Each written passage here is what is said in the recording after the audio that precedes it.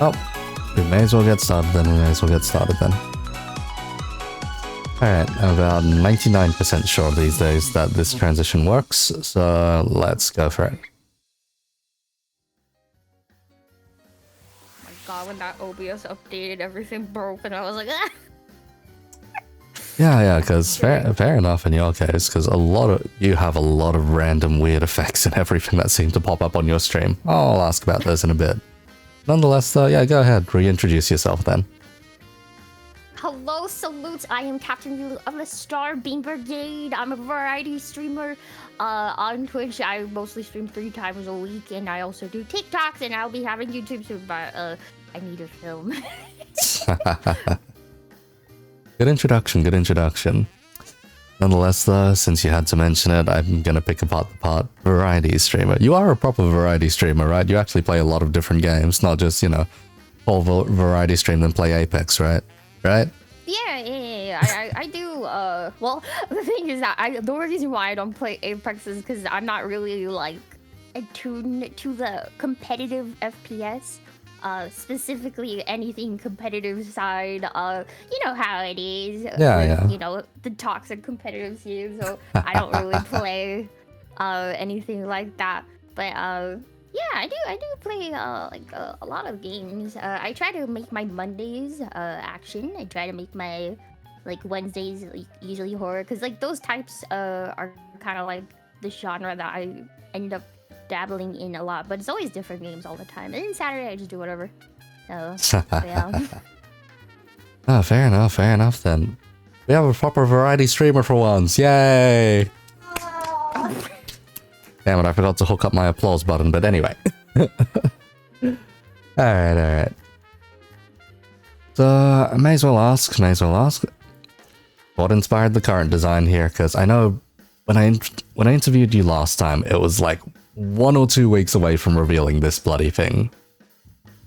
Yeah, I think so, right? Yeah.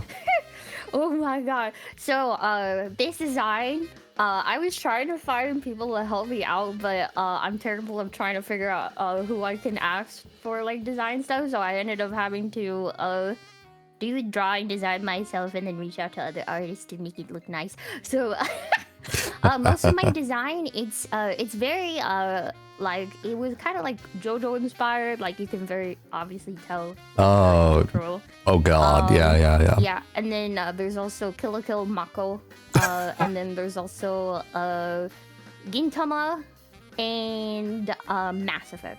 Yeah, all of those like combined. That is that's a laundry list of things for design, but at the same time, you know what? I can see it. I can see it. It's just like kill a kill. Oh god. Because yeah, there is just that one part where Mako actually gets a bloody outfit, and it's like, oh, it's a captain like kind of thingamajig, full on with like having whatever piece of wheat or whatever stuck in the mouth. Yeah, that's the one. Actually, yeah, I kind of think that, yeah, you do little doodles and whatnot on the side here and there, because I remember, like, the first time I ran into you, you were turning people into bread. Yeah! See, that's the thing. I feel like it's so weird.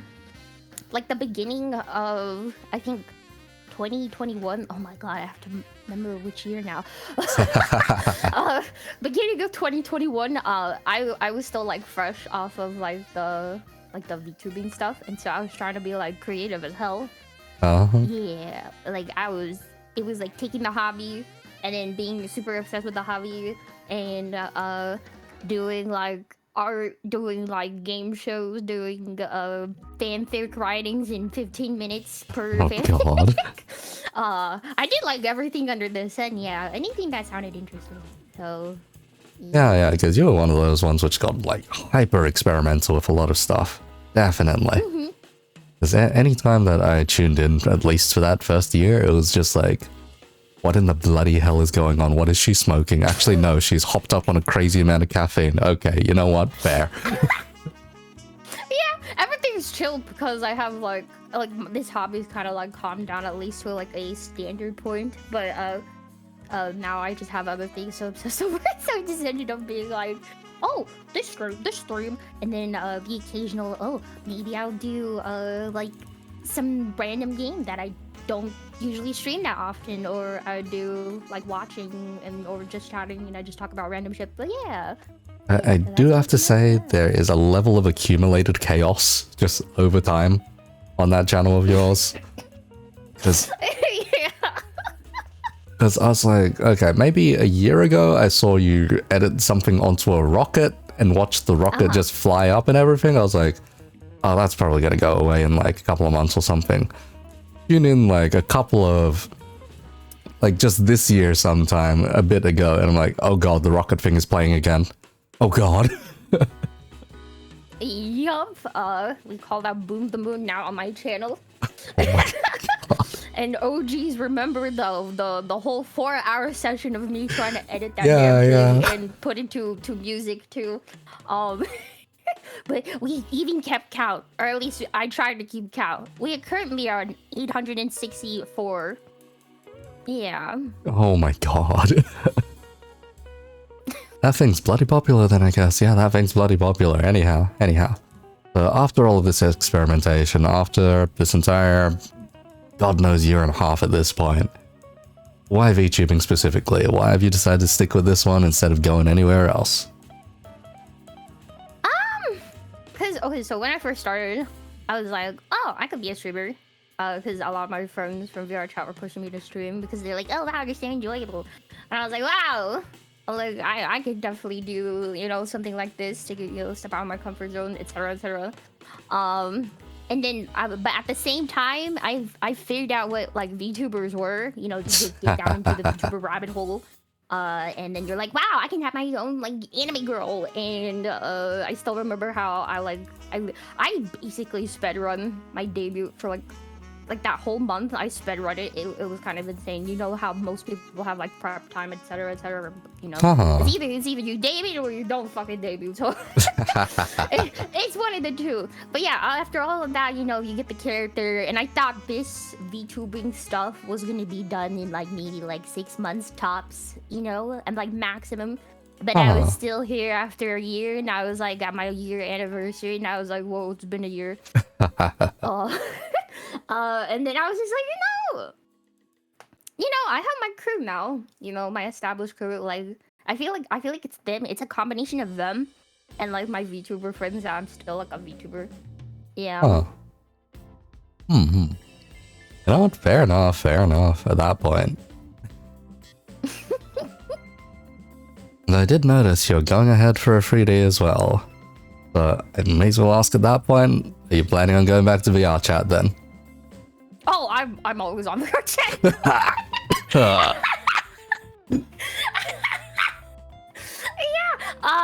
So about that, right? You remember I said I was super obsessive about like certain stuff, right? The only two things I do nowadays that are off stream is VR chat or Genshin. God. I don't do anything else.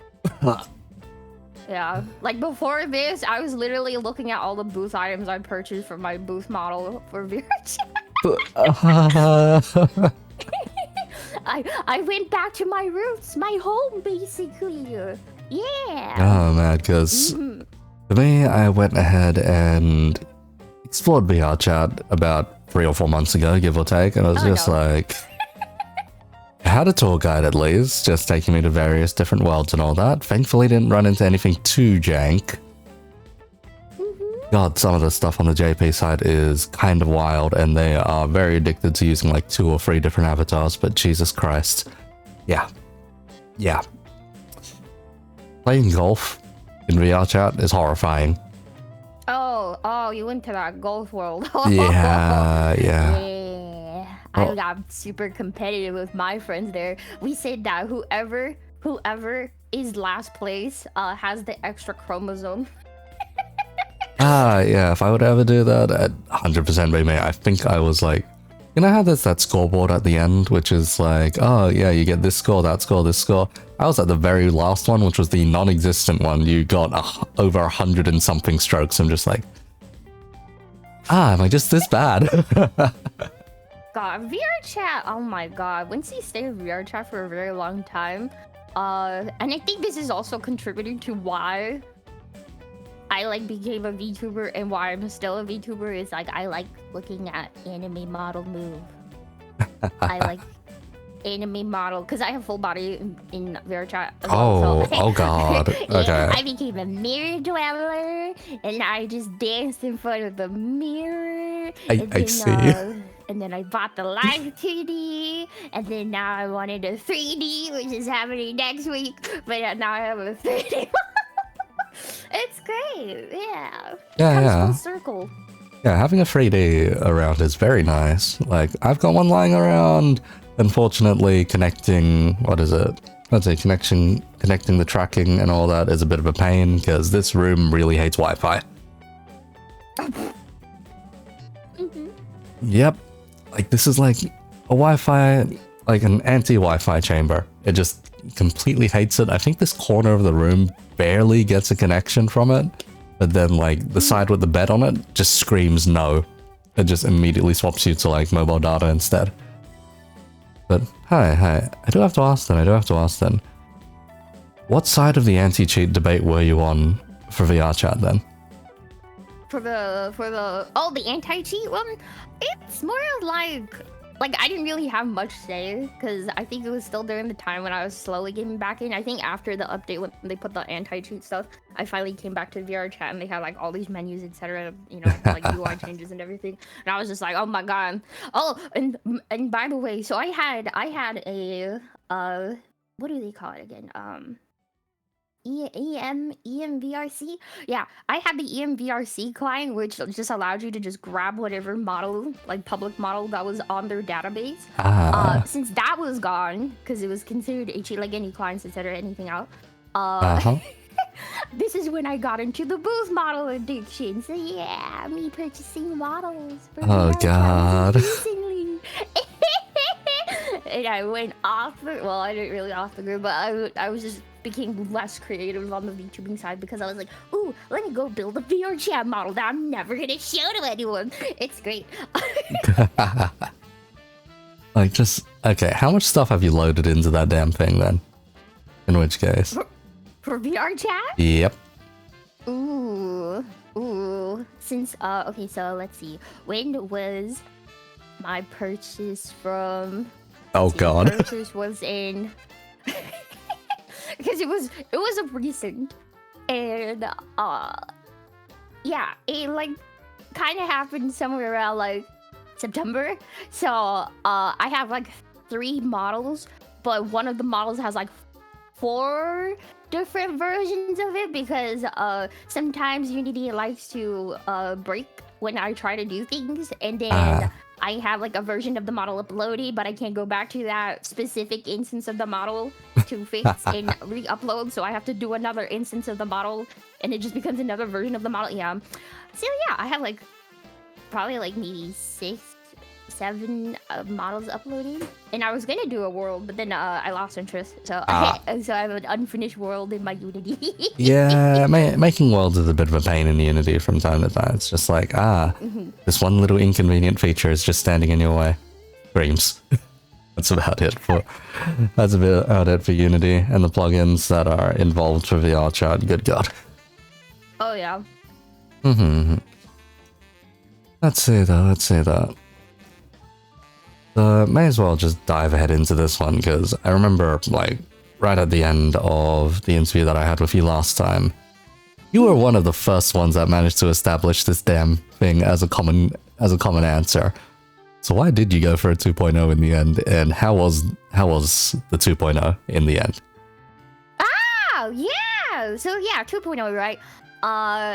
Okay, so you remember I said I basically speedrun my whole VTubing stuff for like that first month. I didn't know what I was doing. I didn't know what I was. I just like labeled myself as space enthusiast, and I just called it a day. And then I had people talk to me, and they were like, "Hey, you need to think of yourself as someone that has a community now." And I was like, "Shit, I have to label things now." And then I was like, and I think after, so like the Starbeam Brigade was not established at my debut at all. It was like maybe a month later or like 3 weeks later. Yeah, like roughly almost a month later that I established the Starbeam Brigade. So, after doing that, it was so awkward, you know, to be like, oh guys, I'm a space captain, but like I didn't have like the obvious captain uniform or anything of the sort that signified that I was a captain of a space crew. And so you know, I made the 2.0, right? I got the 2.0, and I got Pawn, my magnificent model mama, to draw me, and I'm like one of her early kids, so it's great, and I'm low res, but it's okay. But I love her, and I love what she did with everything, and I got over her, and got the debut, right? And I got, you know, I just can't stop looking at my model. It's still the same. Yeah, fair enough. Now, low res is fine. Low res is fine. Like, as long as the style works in its favor, then yeah, it's all right. Like, still looks perfectly fine on screen right now. But yeah, fair enough then. Fair enough. But in that case, your whole one was more or less a proper rebrand, because a good chunk of 2.0s out there is just like they either quote unquote upgrade the model, so replace the artist and maybe the rigging, or they go ahead and try and jump in a completely different direction, at least model-wise. Good God, I've seen way too many of those. Yeah, for sure. Yeah, I see that all the time. Actually, it's always so nice seeing all the 2.0s that are coming out, I think, like around this time too. Like, there's a lot of debuts as of recent, or at least re-debuts, or redesigns, or people going from 2D to 3D, or 3D to 2D. That's really also interesting to see. But yeah, that 2.0, this captain design was very needed, or else it'd be another awkward year of me being like, I'm a captain, guys. But yeah. Just salutes. Yes. Yeah, basically. May as well ask then, how the bloody hell did the salute end up sticking? Probably because it's kind of like the same way when you kind of think of like previous like Let's Players of the golden day of age, or you know how YouTubers are. Yeah. When you like start their thing, it's like there's something that they say, right? And then so the salute stuff like happened, like I said, like at the same time, kind of almost around when Starbeam Brigade started. I was like, okay, well, how am I gonna do this? A salute. I guess that makes sense. So now I just say salute, whatever. So at least it's like established. It's me. I salute. Ah, fair enough then. Fair enough. Like, let's say, if it comes to that golden age of Let's Players, unfortunately, the only two that immediately hit me in the head is probably Jacksepticeye's Top of the Morning and then fucking Markiplier just going, hello. Yeah, basically. I always think of PewDiePie's Brofist as well. Oh, God. Yeah. Yeah, I didn't. Yeah, I didn't so much get into PewDiePie as much, so to speak. Like, the guy was there, definitely. But it was more so my funky, God knows whatever the bloody hell he was, classmate. Cultural cocktail, basically. But yeah, that guy just sat next to me and he was just watching PewDiePie on repeat as far as I was concerned. And swearing in Swedish, but anyway. High school was a weird time. Might as well shove this out there because you did mention it in your introduction. But why the choice of platforms? Why have you gone for Twitch, TikTok, and are trying to expand over to YouTube? Let's see. So I was like, oh, well, I should probably, maybe expand, right? Like I'm in a year of VTubing and, why not try, something new for the new year, right? So for beginning of 2022, oh, what should I do? Oh, I should try TikTok. Okay. And then I like actually took the TikTok seriously for like the first 6 months. And I was like, oh, okay, let's see. And I like looked up how like to do TikToks and, et cetera, and like to see what like YouTubers did on TikTok. And then yeah, that happened, and then I enjoyed that. Because the thing is that I already had like editing skills, like I had like my own form of editing already, so I was just okay, I might as well just apply it to what I have, and I can expand. So not only would I do streams, right, I would even touch like the creativity side that I wanted to do more. Because I used to just do like only edits and dumb memes, and I just posted on Twitter, and that was it, and I called it a day. But since I was like, okay, well, Twitch is like easy. I have like a stream deck, like now setting up, I don't have to really think about it anymore. Like the streams, I really don't have to think too hard about like any of them. Like besides like, but like, oh, what game? Like if I finish the game, like, oh crap, what's the next game I should play? That's the only thing I worry about. Or like my Saturdays of like I have nothing else to do on a Saturday. But usually that's why from like Twitch, right? Like Twitter obviously for like networking, right? Yeah. Right, like that's like something that you kind of just end up having. And then Twitch is the main stuff, and then I was like TikTok. Oh, I don't want to do 30-minute videos on YouTube or 10-minute videos on YouTube right now because that's a lot. That's a big commitment. So TikTok was nice because they were very short form videos, and so I was just like, okay, I could do that. Yeah, and that's what I did. Yeah, until I got obsessed with VR Chat and Genshin again, more deeply actually. Yeah, I was still obsessed with Genshin, but then VR Chat came back. Like a dark horse. Let's say, have you ever messed with like the streaming tools inside of VR Chat? Because they've got like just a variety of cameras, stuff that you can place around and make things a little nicer. Surprisingly, I've only ever had maybe like 2 or 3 VR Chat streams. Okay.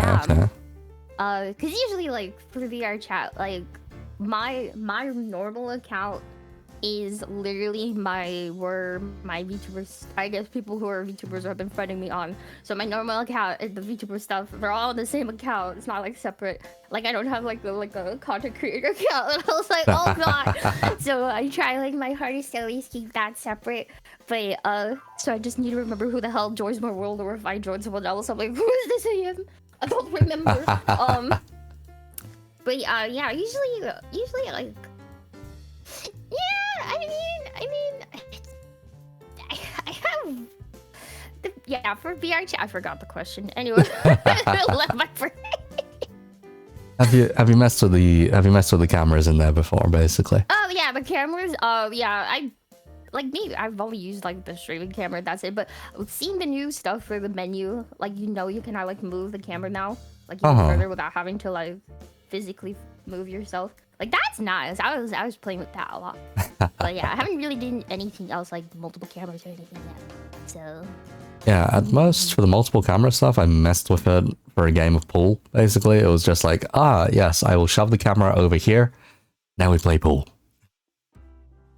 The most horrifying one was probably when doing the mini golf, and it was just like, yes, every hole I need to find a new placement for this damn camera, which makes sense.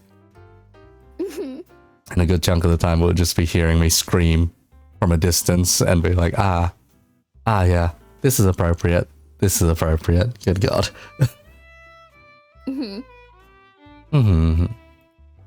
But yeah, alright. May as well shove this one in. Did you hear about the new streaming platform that's trying to be launched right now, kick.com? Oh, I think so.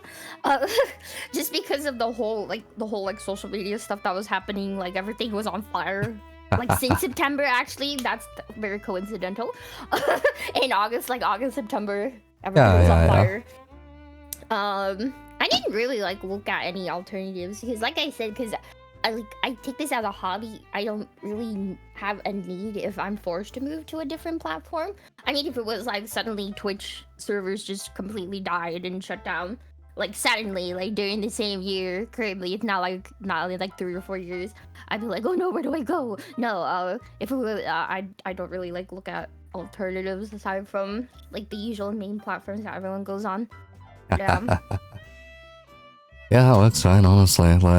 Twitch will probably go under in the next 10 years anyway. It'll probably just be superseded by God knows whatever the bloody hell else.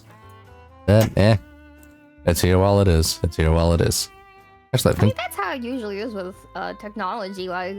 Yeah. For example, if 20 years ago, Google wasn't really much of a thing, right? And everyone used Yahoo, etc. Bing, all that stuff.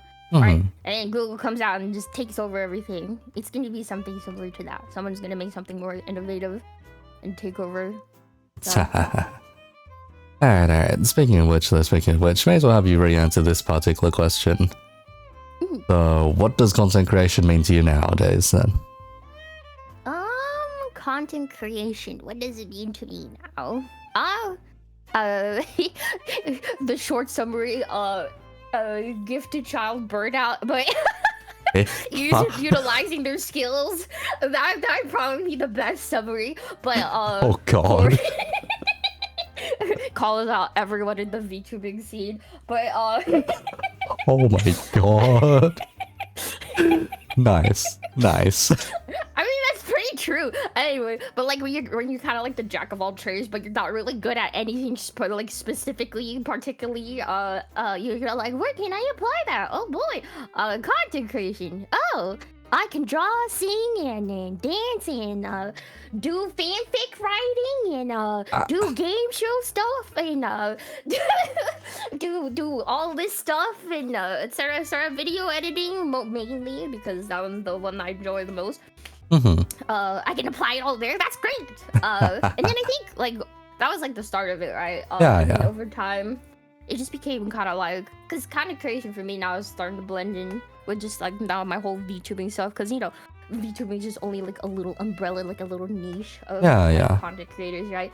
So it's kind of more dear to me now, just because it's I want to be proud of my work, to hone whatever skills I'm trying to actually do, editing. So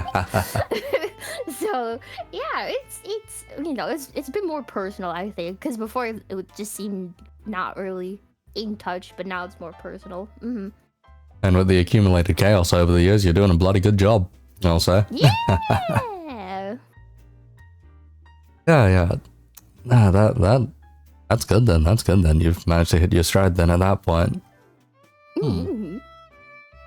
Because yeah. May as well ask then, what the bloody hell made you do game shows, and what game shows have you run in the past now? I've only done one game show, and it was a very long time ago. It was the beginning of, like I said, the whole creation. Yeah. Very creative phase. I would say 6 months of 2021. like early 2020, like the first half of 2021. I don't know what the hell I was eating. I don't know what the hell I was consuming during that time, but I was just like, I can do anything. I've had one time I've had VTuber artist friends come on, and we did a thing that I think Connor Sea Dog did with two of his other artist friends on YouTube, and I got inspiration from that, and I wanted to try it out on a stream. And it was where the artist friends would draw something, and then we would all voice act. Oh, Like, all of us would draw something, and we would voice act like a specific like character type. That was one thing that was really interesting and cool. But everyone was shy because we were all like new VTubers, so it was still a little awkward, right? But the one that I'm more proud of, because it took a lot of like work and stuff, was I like Whose Live Is It Anyway? Whose line is it anyways? And I turned it into Whose Live Is It Anyways? Because I was like, oh, what if we did an improv show? Because I feel like as a streamer, you kind of like you're more in tune into improving because you know on the spot, right?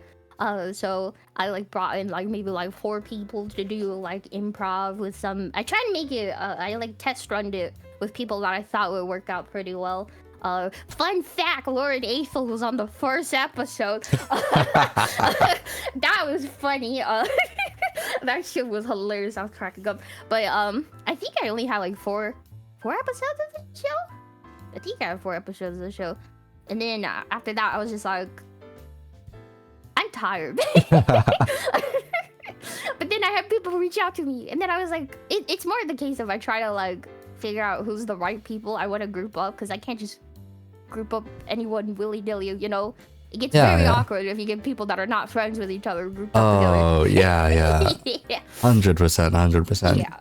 Yeah, they don't mix well. It's like, oh, Lord. But yeah, like, I try to, like, do that, but, like I said, it's the setup and the try to organize stuff is, like, the hard part, and I was still in my awkward phase of streaming. I was just like a nervous wreck, but I made it work. I made it work somehow, and I hope to get it back somewhere in 2023, because I still consider that as probably one of the most creative things I've done. Yeah. Nah, you pulled it off. I remember tuning in for at least 2 of those, I think. Yeah. Because there was one where Tycho was on, and I was just like, bloody hell, okay. Sure, let's see this guy. But yeah. Funny you mention A4, because goddamn, that guy's gone a lot of places at this point. Yeah, I'm proud. Oh my god. I'm super proud of him. I'm glad he's got recognition. He's got, like I said, it's like that type where it's like, what the hell have you been eating? What have you been consuming or smoking? That makes you produce these things, you know? And that's like my view of him with his music. So I'm just like, oh my god. For me, when I interviewed him, his introduction basically summed it up. It was just like, yes. Castle Lord playing Tetris to get his friends. Something along those lines. And I'm just like, gotcha. I'm gonna be dealing with someone who's going to stay in character for the entire 2 hours. Nice. And that was about the week before he blew up all of a sudden. So yeah, that was funny. Yeah. Nah, guy's great. Guy's bloody great. Let's see. I had a question in my head, just lost it for a moment. Let me consult my notes. Yeah. Alright. First one's a pretty face. How much caffeine do you have a day? As I slowly put my gamer subs to my mouth, not sponsored. Let's see. I mean, it kind of boggles down to like how many drinks I have, because like I feel like I used to be able to be like, oh, 3 Red Bulls, but now it's like 2 coffees, a Red Bull, some gamer subs, a couple of maybe a soda. I don't know. Yeah, I kind of lose count sometimes. These are adding up to horrifying numbers, considering the first one was already above the daily limit. Yeah. And by the way, I didn't even know, so I just started getting into this stuff, right? Because I was like, oh, the taste is nice, because I tried this out at TwitchCon, because I went there. And so I got it, and then like I've been pouring this shit in, and I was like, oh, let me go look at like what the hell's in this, thing, and I like look and I see caution. You know, Uh-huh. it says you can't have more than like I think like a certain amount. And I was like, oh, Yep. I'll Mm-hmm. keep that in mind. So Nice. I'm Nice. just made of caffeine for sure. Mm-hmm. It's like, for myself, like, I might have 1 can of Red Bull in the morning if I'm off in the high roller rooms. I might have 2 if I'm on the main gaming floor by the end of it, because it's just like, yes, after dealing to like 30 patrons for about 3 hours, yeah, nah, I need to pick me up, good god. So conveniently enough, just in the corner of the staff room is just a vending machine full of Red Bulls. Oh, that's so nice. Yeah, it's the discounted rate from what you'd normally get in a vending machine at least, so it's not too bad. Just that it adds up over time and you're just like, I should have just bought a 4-pack and taken them from home, huh? But yeah. Following up on that one, rate your caffeine then. So devise a very quick tier list. What is your go-tos? What is the stuff you avoid like the bloody plague? Ooh, okay, yeah, I got you because holy moly. So school, right?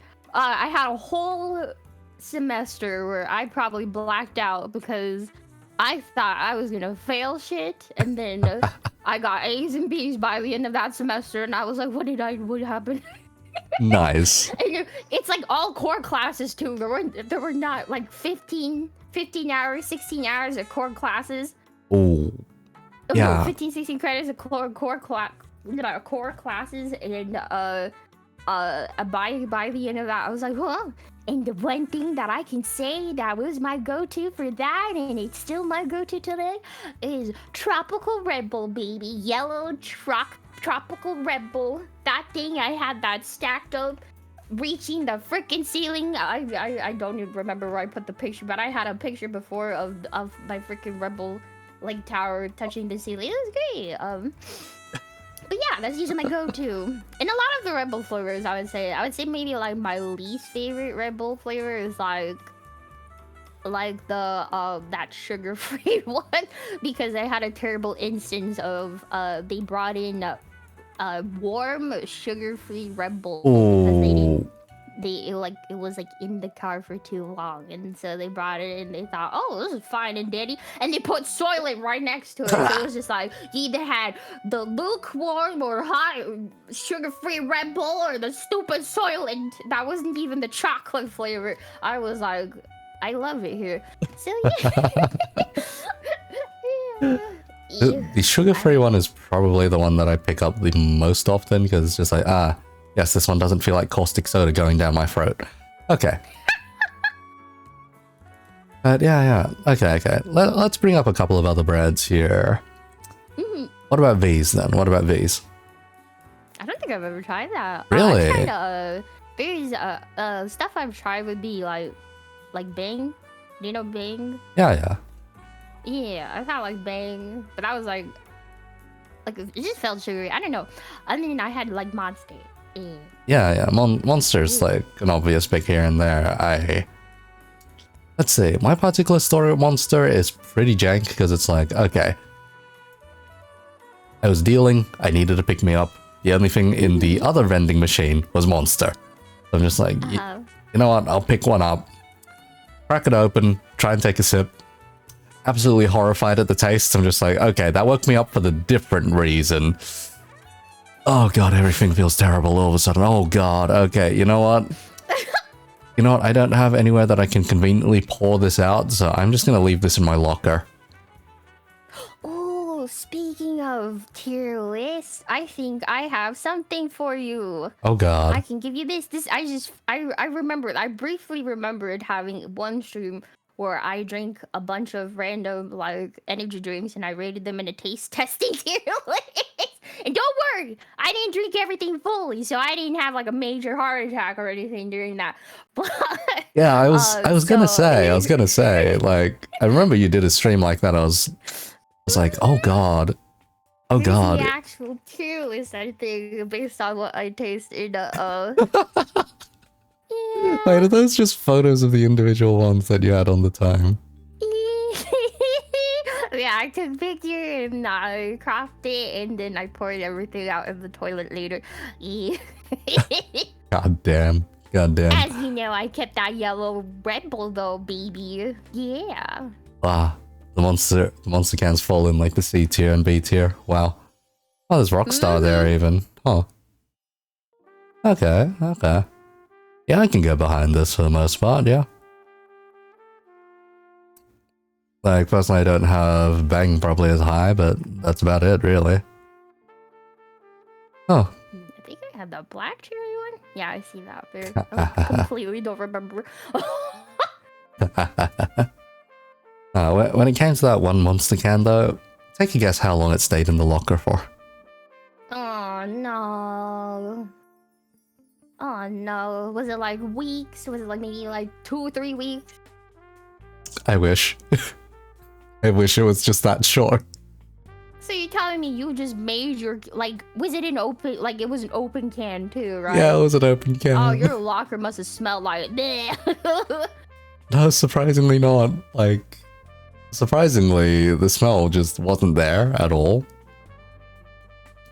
God knows. Maybe, you know, the locker room probably had its own bloody smell to mask the damn stuff at that point, but it stayed there until that locker room was demolished.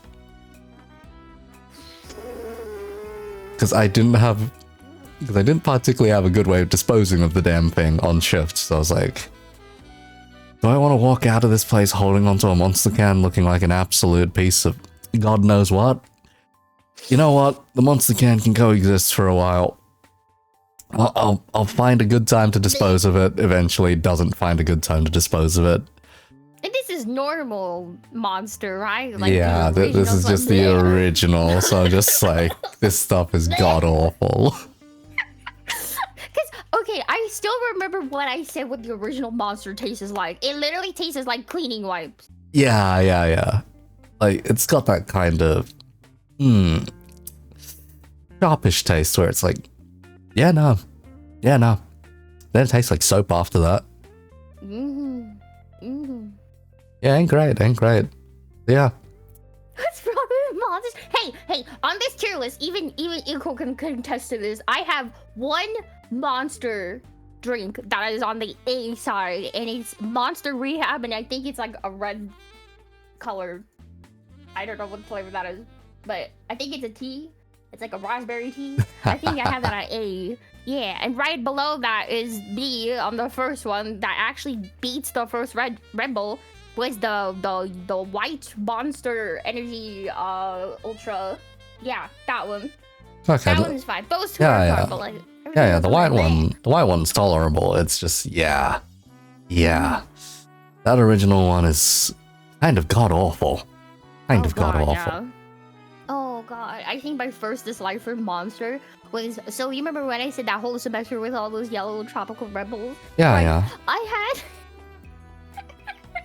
I had a moment of weakness where I didn't have anything on me and I wanted something, so they had a vending machine and I was like, oh, there's Monster, there's a coffee flavor, oh, let me try that. First mistake. I like grabbed it, dropped a fucking coffee, bleh, bleh. Oh god, I didn't finish it. I took one sip and I immediately threw it out. Waste of money. Oh. Yeah, I do be like that with monsters sometimes, because I'm just like, who needs this much caffeine in one can? Who needs this much caffeine in one can? Stares over at you, would probably take a double-sized Red Bull any day, probably. Ooh. I see now. Because yeah, the healthy amount of caffeine to take is probably 1 or 2 coffees, honestly. Oh. Yeah. In moderation, you have your morning coffee and then you have maybe your afternoon one. And usually no later than 3 p.m. if you're running a regular 9 to 5 job. Oh no. What's the latest time you end up drinking caffeine, considering you just said you were reaching for gamer subs earlier? Probably the latest I've ever had caffeine would probably be like 1 a.m., 2 a.m. with a Rebel. Fair enough. Was that an all-nighter or was that just a regular night?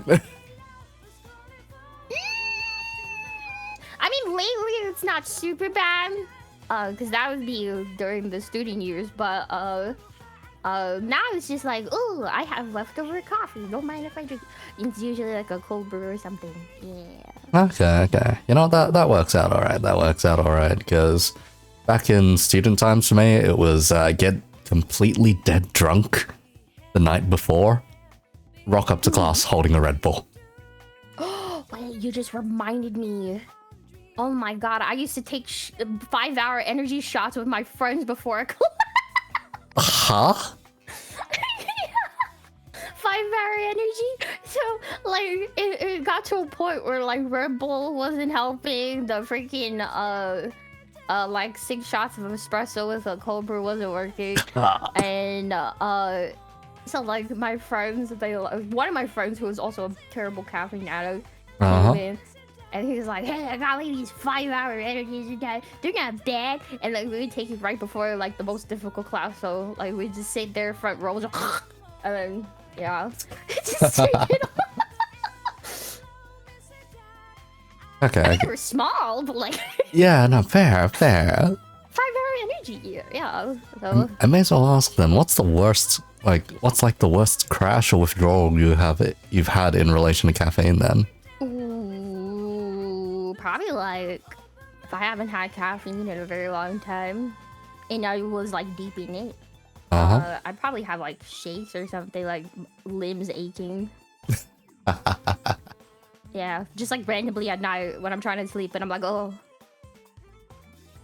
Let's see. In that case, do you dodge the insomnia then, at least? Kinda. I mean, I feel like lately I've been cruising by, so like sleep doesn't get to me unless I've been having this issue. I don't know if it's maybe because of the weather, but like I would try to close my eyes and then like it's like that weird period of like you feel like you're sleeping but you're not really sleeping, but you could still like open your eyes and you're aware that you're in your room. It was like that type of state for like an hour or two, and then I would wake up and I'm just like, did anything happen? And I'm like, and I'm still fully awake and I'm like, oh my god. Yeah, I've had those moments just to, like close my eyes and nothing happens after an hour and I'm like, okay, well, guess I'm gonna read a manhwa. That's usually what happens. For me, it's kind of just bolt awake at like 6 a.m. and I'm just like, shit. Well then, what to do? Opens up phone. It's 6 a.m. Why are the birds already screeching this much? Oh god. Looks out the window, there's like 4 or 5 ibises on the bloody roof. It's like, oh god. Okay, yeah, I'm just gonna turn back around, hug the other one in bed, and try and sleep. I have my alarms. So I have I don't know, do you know Persona 5, right? Yeah. Do you know Persona 5? So that wake up, get up there, like that one. The stupid beginning for like I have that as my alarm. So I have like maybe like 6 or 7 alarms set for like each like certain period, and like I wake up because like I like specific times for like my 9 to 5. They have like morning meetings at like 8:30 a.m. in the morning. Oh, of course they do. Yeah, it's great. And so, like, you know, it's really convenient, right? To be streaming until like midnight, and then you have a 8:30 a.m. meeting immediately, and it's just like, okay. So I have like the alarm set, but it's come to a point where I wake up, I like check to see if the meeting's gonna start. And then turn and find out it's either canceled or it's rescheduled, and I'm like, you made me wake up for no reason, and I go back to bed. Which is why I have 5 other alarms to make sure that I actually get up. So, yeah. For me, the most recent incident like that was just, yes, the union wants to have a meeting. Oh god. Okay, so when's the union meeting scheduled for? 11 a.m. I don't want to be awake. Let me sleep in. I got up at like 9 a.m. Looked over at the other one in bed, just snoozing, and I'm just like... Blinks twice. disables all of my alarms, re-enables them to my usual wake-up time. I don't want to be at this union meeting. Pops back over and sleeps. That's a mood. That is actually a mood. Oh, that's so a mood. Just don't want to be in meetings. I'm just in meetings all the time. Yeah. Basically, what I was told is, yes, the union wants you to remember that they're here to represent you. The union is also not really going to do anything about your pay. Thank you for coming to this union meeting. Goodbye. We will pay you for the hour that you spent at this union meeting. Blah blah blah. Me, that extra hour was not worth it. I'm going back to sleep.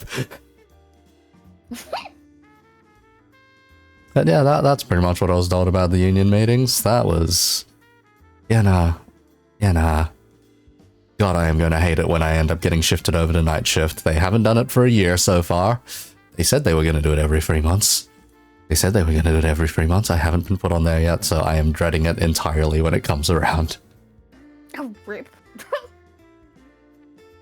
Because yeah, if you can imagine, as a day shift dealer, you kind of just sit around while it's pretty empty and then it slowly builds up towards the night. Or if you're on a weekend, it's bloody busy for the entire day, but at least you're getting paid like an arm and a leg, which is, pretty nice. Yeah, that sounds pretty good. For night shift, they have to deal with the crowds that you leave over from day shift. Some of those crowds are goddamn nasty. Oh. To me, it was last week, I had a crowd of 30 or 40 people following me around because I was considered a very lucky dealer that day, and it was the equivalent of losing about 2 million for the casino over the course of the day, give or take. Okay. Yep. A horrifying amount. And then it was just yeah, my heart isn't keeping up with this. Oh god. Good luck to the next guy. I am going to take 2 days of sick leave because Jesus fuck, this hurts. And then I managed to catch a cold, so I had to take another 2 days of sick leave this week too. Anyhow. Sick leave. Oh my god. Anyhow, may as well ask. How do you manage to keep things reasonably chaotic on your streams then? Is there a certain limit that you don't let it go past? Is there a certain baseline that you try and get it up to? It's more I guess it depends on what I'm playing or what I'm doing. Okay. I feel like it just ends up being chaotic just because interaction with the crew. Captain just Christian doesn't need to try. No! I do not like. Do you see? This is what I'm talking about. I get this slander, and then it's just back and forth. Slander, mutiny. This is what I get, and then I have to go and fight them. Every time, it's always a threat. It's always a threat. I see. Yeah, so it's always back and forth. But majority of the time, if it's not the super crazy action game where I'm screeching like a banshee because I'm trying to dodge and not die, it's just pretty chill. It's vibing. Unless I shrimp over something, and then it's not vibing. I think I've seen that maybe once or twice. Got scared and ran off. My Genshin, I love it. And it's great. But yeah, chaotic. I would say fairly hyper to I'm screeching very loudly and yelling to the point that maybe the old engineers are not gonna like it, and I'm probably gonna have someone coming in and saying why are you loud? Why are you screaming? Yeah. May as well ask then at that point. Okay, so which Genshin character have you been screaming over then at this point? Ooh. Oh boy. What kind of can of worms did I just open? Oh god. Let me just pull out my list of how much I shrimp for a lot of Genshin characters. Ooh, number 1, Raiden Shogun. The Raiden Shogun. Oh my god, I have spent so much on the Raiden Shogun. She has never left my party. Second one would also be Zhongli. He's never also left my party for a very long time. I call him my butt holder. Oh boy. And then my main, my one and only, my first main, Tartaglia. That's my boy. That I also tripped over that. Let's see. Xiao, that's another one. I also I love Xiao a lot. Yeah. There's a list, but I feel like it's my mains I like the most. Yo and Mia is also getting up there too. Oh my god. So basically what I get from that is, okay, cute boys, Ikemen, and then just Booba. Got it. Buddy, your first She's pick. adorable, and Hu Tao. I love Hu Tao. The first pick you went with just then was the Booba Blade. So, buddy. Not me looking at my booba pad of the Rider Shogun. Yeah. Bloody hell, fair enough, man, fair enough. I don't think I've ever bought so much fan merchandise for a gacha game ever before. Yeah. Like, I think the most I've got in terms of merchandise for something is probably just the amount of Gundam kits that I've got lying around. Yep. Oh my god. Yeah, there's a shelf over there, and the one I share this room with started complaining after a while, then just repurposed one of the shelves we had and just shoved them all over there. It's so funny. You remember when I said I built this L table for more space? Uh-huh. One of the reasons was that so my original table was, it was decently big. Uh-huh. But it had like a shelf at the top, and I had like all my figurines and stuff on top of there. Uh-huh. And I bought a bulk of Genshin acrylics from Anime Expo, and I came back and I found out that I could not fit anything anymore. So I made the L table, and now I'm gonna give some wall shelves for all the stuff I have that needs to be hanged out or put over. Oh boy. Yeah. And it's all because of Genshin. So yeah. I don't know, I got into Genshin at the very start. It's just that the drip feed of content was too ridiculously slow that I just ended up moving on because it was like I finished everything they had to offer. And it was like, there was nothing new. Yeah, makes sense. I had a whole like pause because the AR level was like ridiculously slow, like back in, like 1.2 and everything. Yeah. Leeway came out, and oh my god, like I wanted to go through the freaking Leeway like Archon quest, but again, it was like, oh, you gotta be AR 26 to be able to do this Archon quest, and I was like, well, I'm AR 23 and it's taking forever. So I like stopped, and then months later they were like, Inazuma's out. Oh my god! And, like all the VTubers were doing Inazuma, and I was like, oh, okay, let me join now, And then now I'm stuck, and I can't get out of it. Oh. Nice. Yeah. Nice. Welcome to the hellhole of gacha games. Welcome to the hellhole. Enjoy your stay. They are far less ethical than the casino, which is kind of hilarious.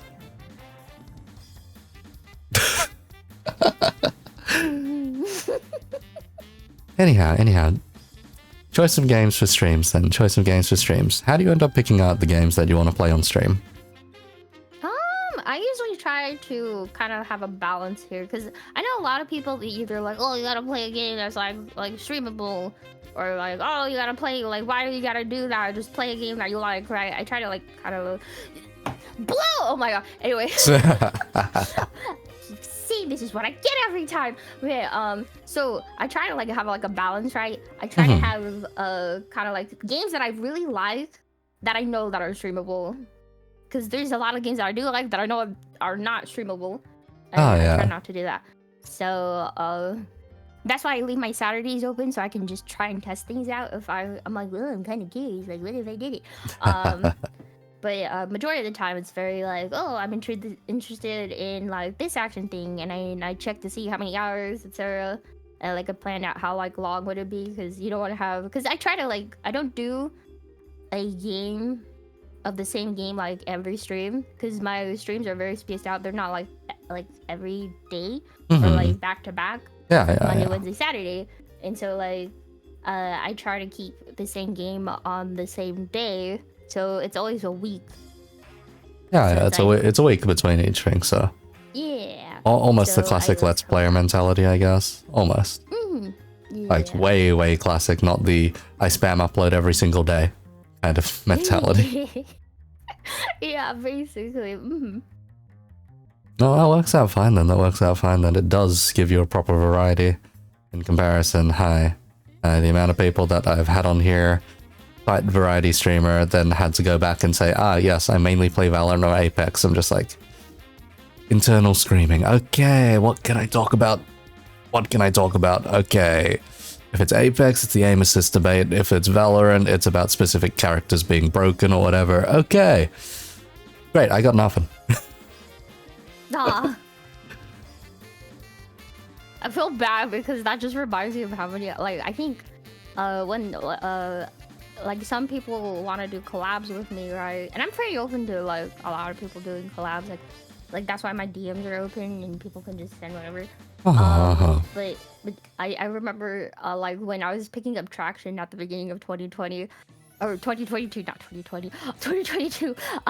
I had the amount of like, hey, you want to do Valorant? Do you want to do Apex? Do you want to play League? I'm like, I don't know how to play. I can't do that with you. Overwatch, no, I'm sorry. I can't play that with you. That's an interesting mention here. Captain can't drive in video games. That's a lie, Wolf. That's a lie. That's a complete lie. See, this is what I'm talking about. We got slander and mutiny 24/7. Captain has lost. Shoot easy. Yeah. Let's I see. wish it was that. I see. Captain has lost flying privileges. May as well ask then. This is a very very simple question. What's your sense of direction like? It depends if there's a very obvious difference in the environment, then I'm pretty good with trying to figure out where I'm going after getting lost for probably like 30 minutes. But I'm pretty good at remembering where I'm going after like wandering around. But if everything kind of like looks the same, I'm like, I don't know where I'm going. This does not inspire confidence, oh god.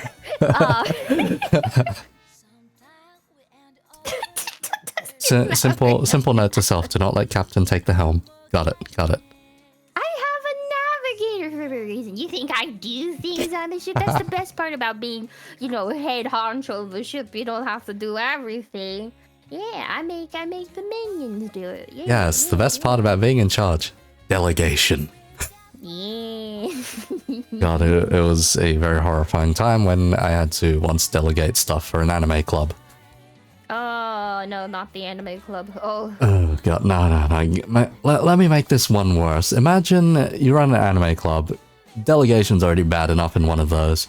Now imagine if you run a collab between 4 different anime clubs and you have to do the delegation for that. It is a horrifying level of spaghetti. Just to make parties, camps, and certain other events happen in university. Because yeah, when you have 4 clubs collaborating together, that's a potential of 1,000 people you need to cater towards. Ew. Yeah, it's not great.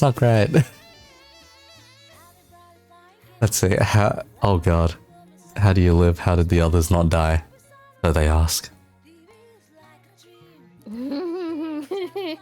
I just live.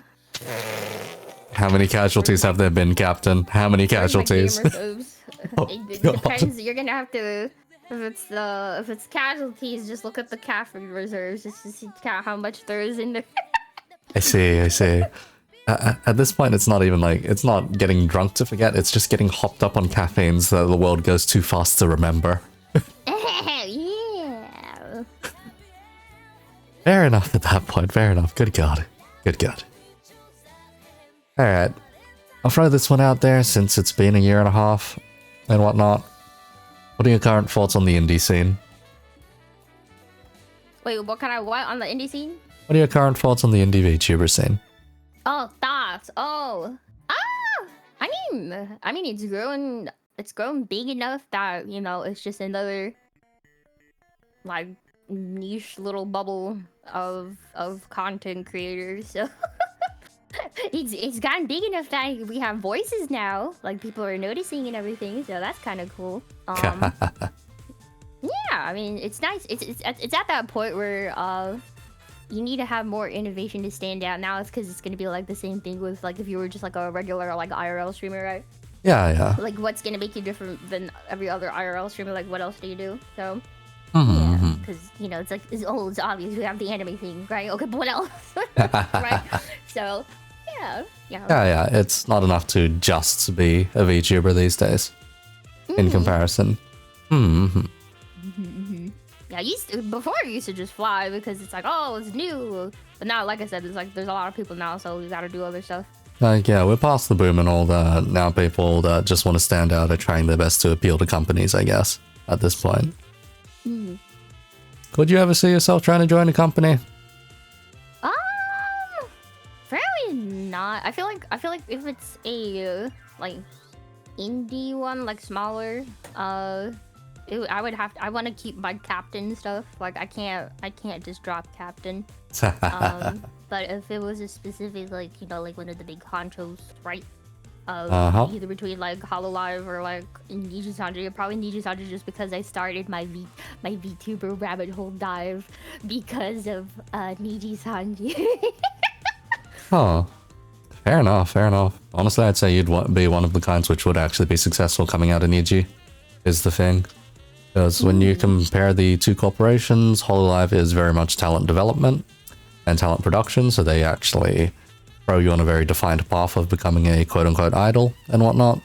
It's very clear, they want you to diversify content, do talk shows, interviews, or not necessarily interviews, but let's see, at least talk shows, speaking with the other members and doing idol-like stuff, so to speak. As for Niji, floodgates are open because they don't necessarily give you a direction.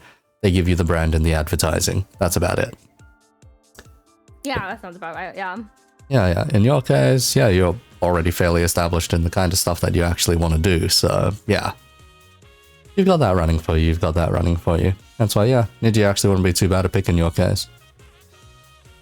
Because I was so jealous when I saw one of the Niji Ian people interact with my faves. I was like, damn! I was like, damn! I gotta get into Niji so I can meet my faves. That would be cool. Whoa. All I can say I have to learn Japanese. Oh. All I can say in my case is having met some of the ones in Hollow back in the day and then seeing them go that high, I'm just like, oh god. I knew this guy. Christ, okay. Well, he was this far away from me, or this fellow was that far away from me at this one point. I had seen them at one point. Okay. God damn, you've come far. The most horrifying experience, though, I had in recent was just getting a message in my high school group chat, then them eventually revealing, yeah, we know what you do these days. I'm just like, oh. Because it simply led off as just this. It was like, okay, Eco, I have two confessions to make. Number one, I still have your yearbook. I'm like, yeah, of course the guy's got my yearbook, but it's been bloody 7 years at this point. And then after that, it was just like, yeah, the other thing, we stalk your Twitter. Oh. Now, you see, for a good chunk of streamers or just other VTubers in general, that would be fine. It's just like, they take a look, they say, yeah, guy's being anime now. Okay, that's all right. Now, the problem with my Twitter is, there are a lot of lewds. There is a ridiculous amount of lewds that have been commissioned. Exposed. All they could say is, we're proud of you. Good job getting where you are. He sweats furiously. Oh god.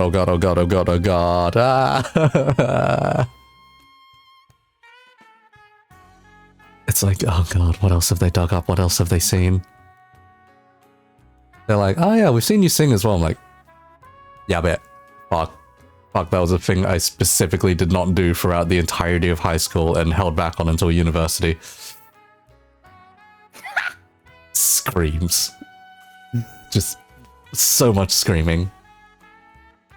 This was after like one of the worst nights I had dealing, and I'm just like, man, okay. This is what I'm in for right now. This is what I'm in for right now.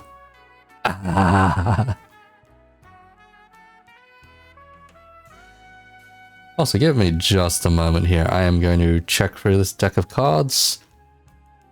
I see, I see. That's how I packeted these cards.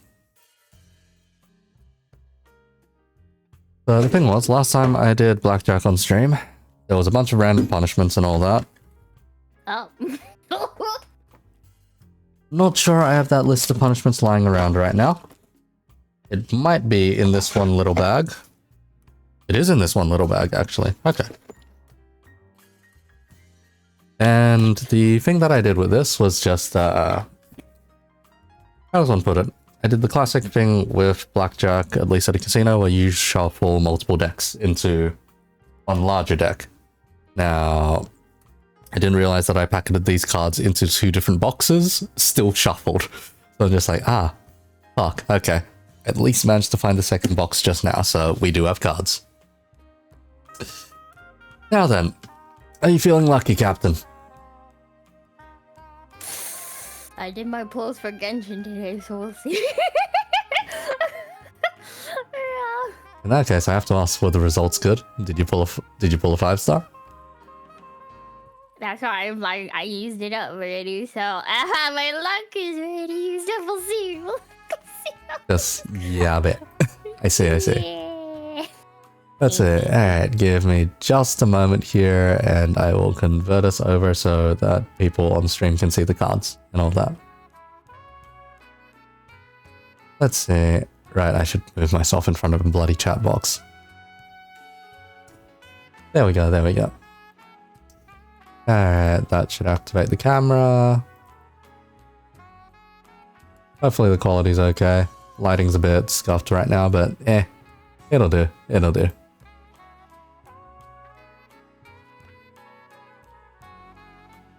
There we go. Alright. Ignore the half-done Master Grade Zazabi that it's just sitting over there. And the random Mekamusume and bottle of perfume and all that. Alright. Let's see. Move keyboard off to the side for now, because I'm not bothered to move stuff out of the way for a keyboard tray. Okay. So that there's no shady business or anything, I will shuffle these cards.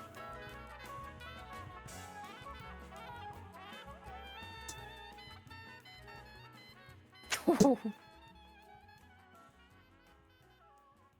I will ask, have you ever been to a casino? I've been, yeah, actually a lot. A lot? As of recently. But I don't, yeah, as of recently, I had a couple of Vegas stuff that was happening, maybe like 2 or 3 times this year. Yeah, so, yeah. Oh, God. But I don't gamble though. That's the thing. I don't gamble or do anything. You just end up at the casino. You know, fair enough. Yeah. Cap's got a gambling problem. No, I have a gotcha problem, which is just anime gambling problem. It's honestly a fair bit worse. Captain goes to Space Vegas without. Oh, you leave the crew behind. You're just gonna be like, oh yeah, I'm going out. Going out for a smoke. Don't follow me. Go straight to the casino. Just, I see. That's it. No way, it's like gambling is still in the name. I see. This captain lives for the thrill of it, huh? The thrill of getting my anime waifus and husbandos, yes. So, it's been a while, so I barely remember what the punishments that I've put inside of that bag are. Uh-huh. So, hi. We'll deal with them as they come up.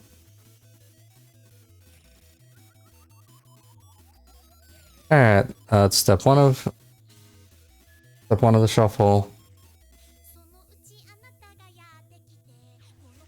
Hi. So the funny thing about the casino is normally you don't see dealers manually shuffle. That normally just introduces a lot of problems, potential conflict of interest stuff, etc, etc. Normally we just actually open up like a pre-packaged, pre-shuffled set of cards, and then that's just what gets used. Because then you just shove that into a card shoe. He spends our paychecks on those gachas. I see. Haven't been paid. Been on furlough since abduction. Ah. I see. I see. Alright. So to make this convenient, no need to necessarily look at the stream all too much. I am just going to announce the point totals for you as well. Just so that you can know exactly what you're getting into. Alright. Okay. No more bets, thank you. Let's go. Okay, player 20. Dealer 15. Would you like to hit or stand? No. You said it was 15, right? Player. I would like to hit. Oh, player 20, player 20.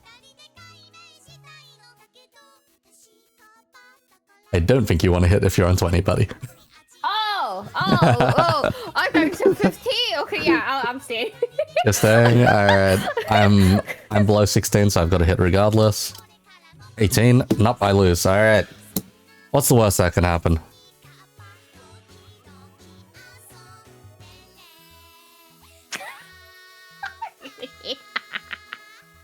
Okay. So this first one literally just reads as draw, do art, or sketch something. Okay, I will do that later on. Good God. I need to get back into art, I guess. Alright. So in case of those wondering about card counting, each round the cards that were used just then are shoved to the side. And then you end up going back into, let's see, the cards that you used the previous round are put to the side. You then play another round and then you shuffle both those rounds back in. That's normally how we do things. Anyhow, next round, let's go. Okay, player 17. Dealer, blackjack, you lose instantly. Alright.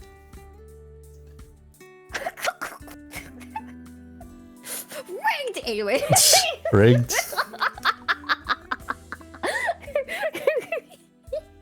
Tell me what is it? Let's see, this one simply reads collab with the winner's choice. I don't know, I'll DM you sometime down the line, I guess, and see what happens. Okay. Maybe I'll just get you to drag me around VR chat or something. That'd be a time. Good God. Yeah! I love showing people around VR chat, or at least doing stuff in VR chat. Because I do indeed have a 3D model already done up, so yeah. Hi. That's gonna be a time, dragging that back out of the woodworks. Let's see, got 200 beans on Captain winning next round. Alright, let's see if your Captain wins the next round then. Alright, cards have been cut. Next round, here we go then. Okay, player 19. Healer 21. Excuse me? Excuse me? I can reshuffle if you'd like. If not, I can cut the deck in any direction you would like.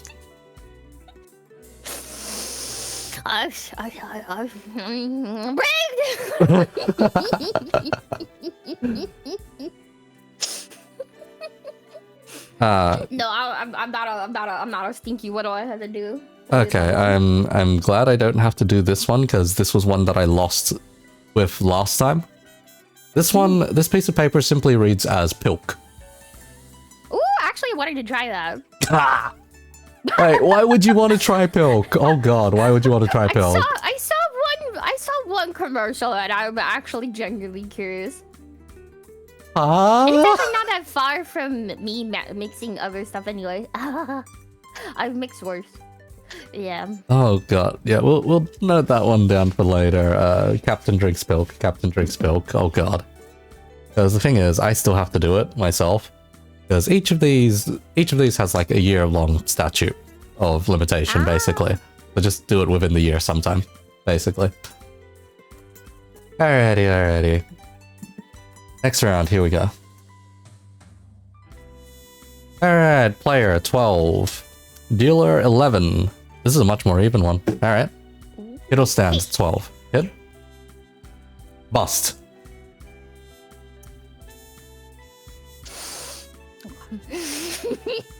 I have to hit until 17 minimum. Dealer, 20. Okay.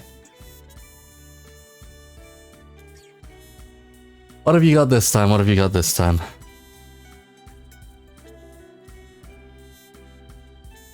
Oh. Oh, this is another one that I got last time that I still need to execute on. This one simply reads as cross-dress.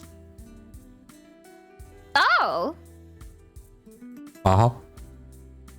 I mean, I could just use Rylis' model, I guess. I guess I could just use Rylis' model. But Yeah, like, do yeah. I just like any? I mean, hell, I could do that right now. I could do that right now. Baby. I mean, if you It'll want just it. look weird. And you can go ahead if you want, but hi. Handle that as you'd like. It's gonna be a little weird though, because this is Rylis does not sound like this. So for any of the crew, yeah, have fun. It's gonna be him doing this. Yeah. you just casually have an extra model just hanging around. Good God. I have like 9 models. Oh, Yeah. oh God. Oh God. You know what? Fair enough at that point. Fair enough. All right. Next round. Here we go then. Here we go. Okay. Player 13. Dealer 6 or 16. Would you like to hit or stand? Here. Okay. Player 21. I believe I'm going to lose this one. Let's see. Yeah, no, I straight up just lose. Deal or bust. Alright.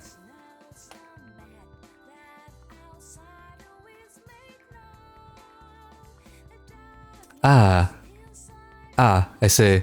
This one's just listed as favorite R18 media. Oh. Well I then. don't have that one. Well then, let's see. There is a certain set of doujinshi out there by a fella named Rage. That is all you guys need to know. Because the guy has only written one set of them to begin with. Hi. Let's see. Dealer. They want their beans. They want their beans. Oh God.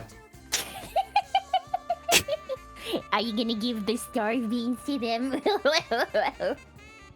Don't believe I've got enough to pay that out. The casino's broke, man. The casino's broke. That's why we're betting on favors. That's why we're betting on favors rather than beans. Yeah, Rage should be the offer, I believe. Anyhow, next round. Here we go.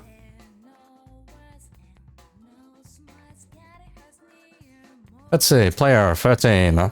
Dealer 13. Hit or stand. Here. Okay, player 14. Hit or stand. Here. Okay, player 19. Hit or stand. Stand. Okay. I've got a hit. Okay, dealer 19.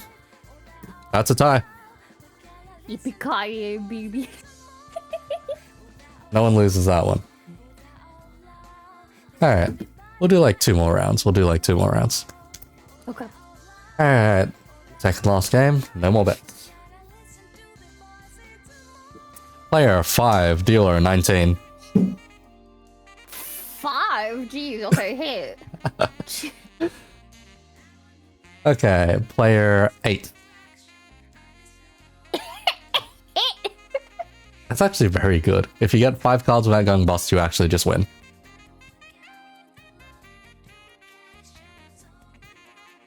Here.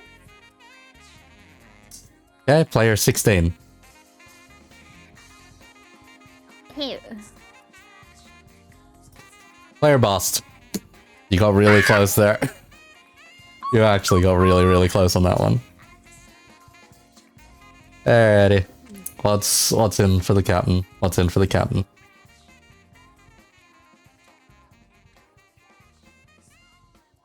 I managed to tear this one in half, so that one got invalidated. I think that one simply just read as take a shot of gin for whatever reason. think I was specifically targeting someone for that one. Anyway. For this one... Oh, this one simply just reads tarot reading. Huh. Oh, that's pretty straightforward then.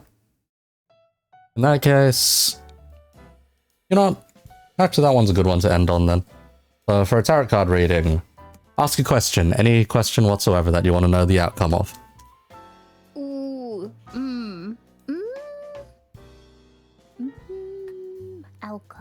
Outcome. Let's say the most common ones people ask about are romance, finances, or let's say education, usually. I want to do a reading for Oh, of course there's luck as well. Mental health. Mental health. Good God, that mental health. that got dark really fast, but alright. Also, hi, you can switch back as you'd like, by the way. Oh, can't have Rose stealing the show. Ayo.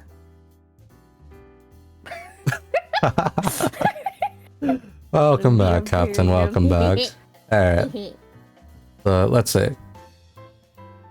So, typically how I do these readings is it's 3 cards done in a spread representing the past, present, and future. So, let's see what we get here. In the past, we've got the Star. In the present, we've got the Devil in the reverse position. And in the future, we have the High Priestess. Okay. Essentially, this comes down to the Star, meaning back then you had something of a bright future. Devil in the reverse position essentially means... As I say, in the upright position, this is normally read as sacrificing something or something in return, so a deal with the devil. In this case, it's kind of stealing something, so... Oi, you're robbing somebody's mental health out there. What is this treatment of the crew, huh? What kind of abuse is this to satisfy your own needs? The crew needs to stand up here. The crew needs to stand up here. What are you talking about? This is not a democracy. Oh yeah, I'm the captain of the ship. Hilarious. Oh god. As for the last one is simply the High Priestess. The High Priestess is simply meant to represent purity.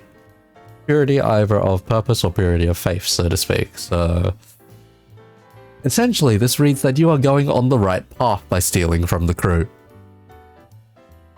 Nice. Thanks, crew. Basically, the crew is your mental health, what's it call it, line, so to speak. Or just support line. That sounds about right. That sounds about right. Every time I see every time I start a stream, if I get the bombardment of no-nos, your 3-foot gremlin, I know it's gonna be a very insane insanity stream. Yeah. Yeah, that works out fine then. That works out fine.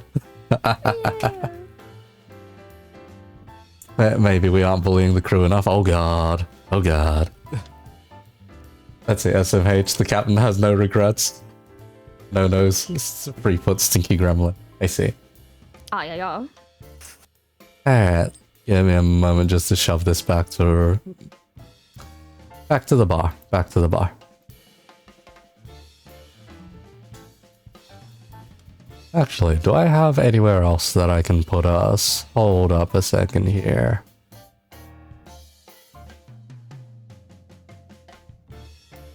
Yeah, this one works. This one works. Alright. We are back. Kind of. In a slightly different room. Slightly different location. Fresh off of gambling. Let's say, out of these, the only ones you need to really worry about in that case is eventually drinking a glass of milk and probably an eventual VR chat tour, I guess. That's about it. Yeah, I like that. Let's see, Captain. Will throw be enabled for debut? Oh boy. Oh boy. Maybe. I have to set something else up first. Yeah. Yeah. A glass. instead of correct. A glass of milk, easy. It's a glass of pilk. You mix Pepsi into that shit. Yeah. It is indeed a very horrifying thing that I wish I didn't have to do later. But hi. Maybe I'll drink pilk on my anniversary. Oh god. Yeah. That'll be my 4th science of that day. Nice. Fair enough, fair enough. Anyhow, may as well ask this one then. May as well ask this one. So, audience appeal. Now that we're a year and a half later, where do you think you're at? Oh, audience appeal? Like... Yep. What kind of audience do you think you attract? Oh, my community? Oh, we're all freaking truly immersed in our space crew shindig, right, crew? I'm staring at you right now. Yeah. And it's like it's like a hate-love relationship, you know? I bully them, they bully me, I do curse shit, then they continue to bully me. So I feel like the crew is very into stories, in my opinion. They like role-playing, and they like how things are built, and like story stuff. And they also like my type of anime person, but yeah. Hey, the kind that revel in the chaos, I guess. Fair enough then, fair enough. That works fine, that works fine. In which case, I may as well throw the follow-up to that one, which is just... Hi, have you had any really whack audience interactions so far then? Whack one. Well, it's not as bad as when I first started, because, oh my god, I learned so much of what rules I should have up, and I became even more strict when I started streaming. So it's not super bad now. I have a couple of interesting story makers in the crew, so those guys are fine. It's just like I'm like the verge of getting a little too, but like still like in the line enough of whack, but not like creepy whack. But yeah, it's just basically anyone that mischaracterizes me immediately and haven't been on stream. It's usually like new people that are like, oh, a mommy. And I'm like, do I look like a mommy to you? Okay, look at me. Do I look like a mommy, huh? No. That would probably be the last impression I would get, honestly. Yeah. So that's just, oh god. Oh god. Because no, in your case, it's come in, sees the chaos. Ah, this one's just a gremlin. Oh god. Oh god. It's how it ends up. Blue, I'm your father instead.